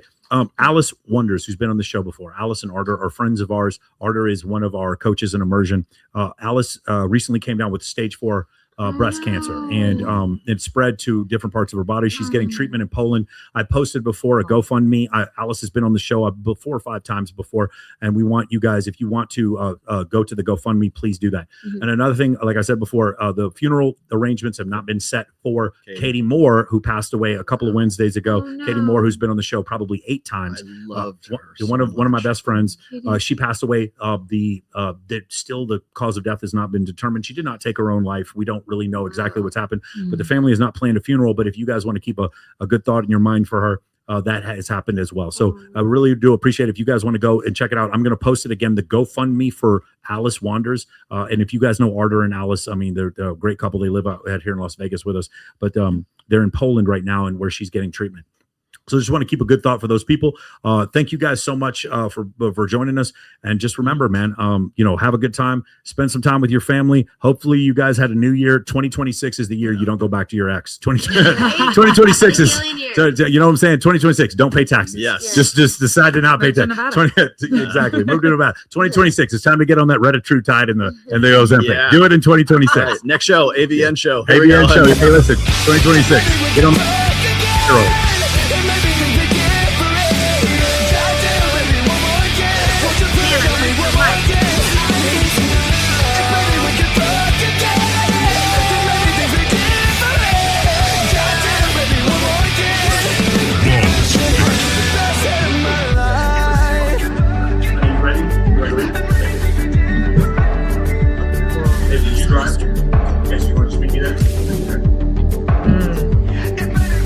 Yeah, this was fun. Thank you. Yeah, I think it's I want you to have the get baby. more perspective of people's opinion. Everybody gets to tell me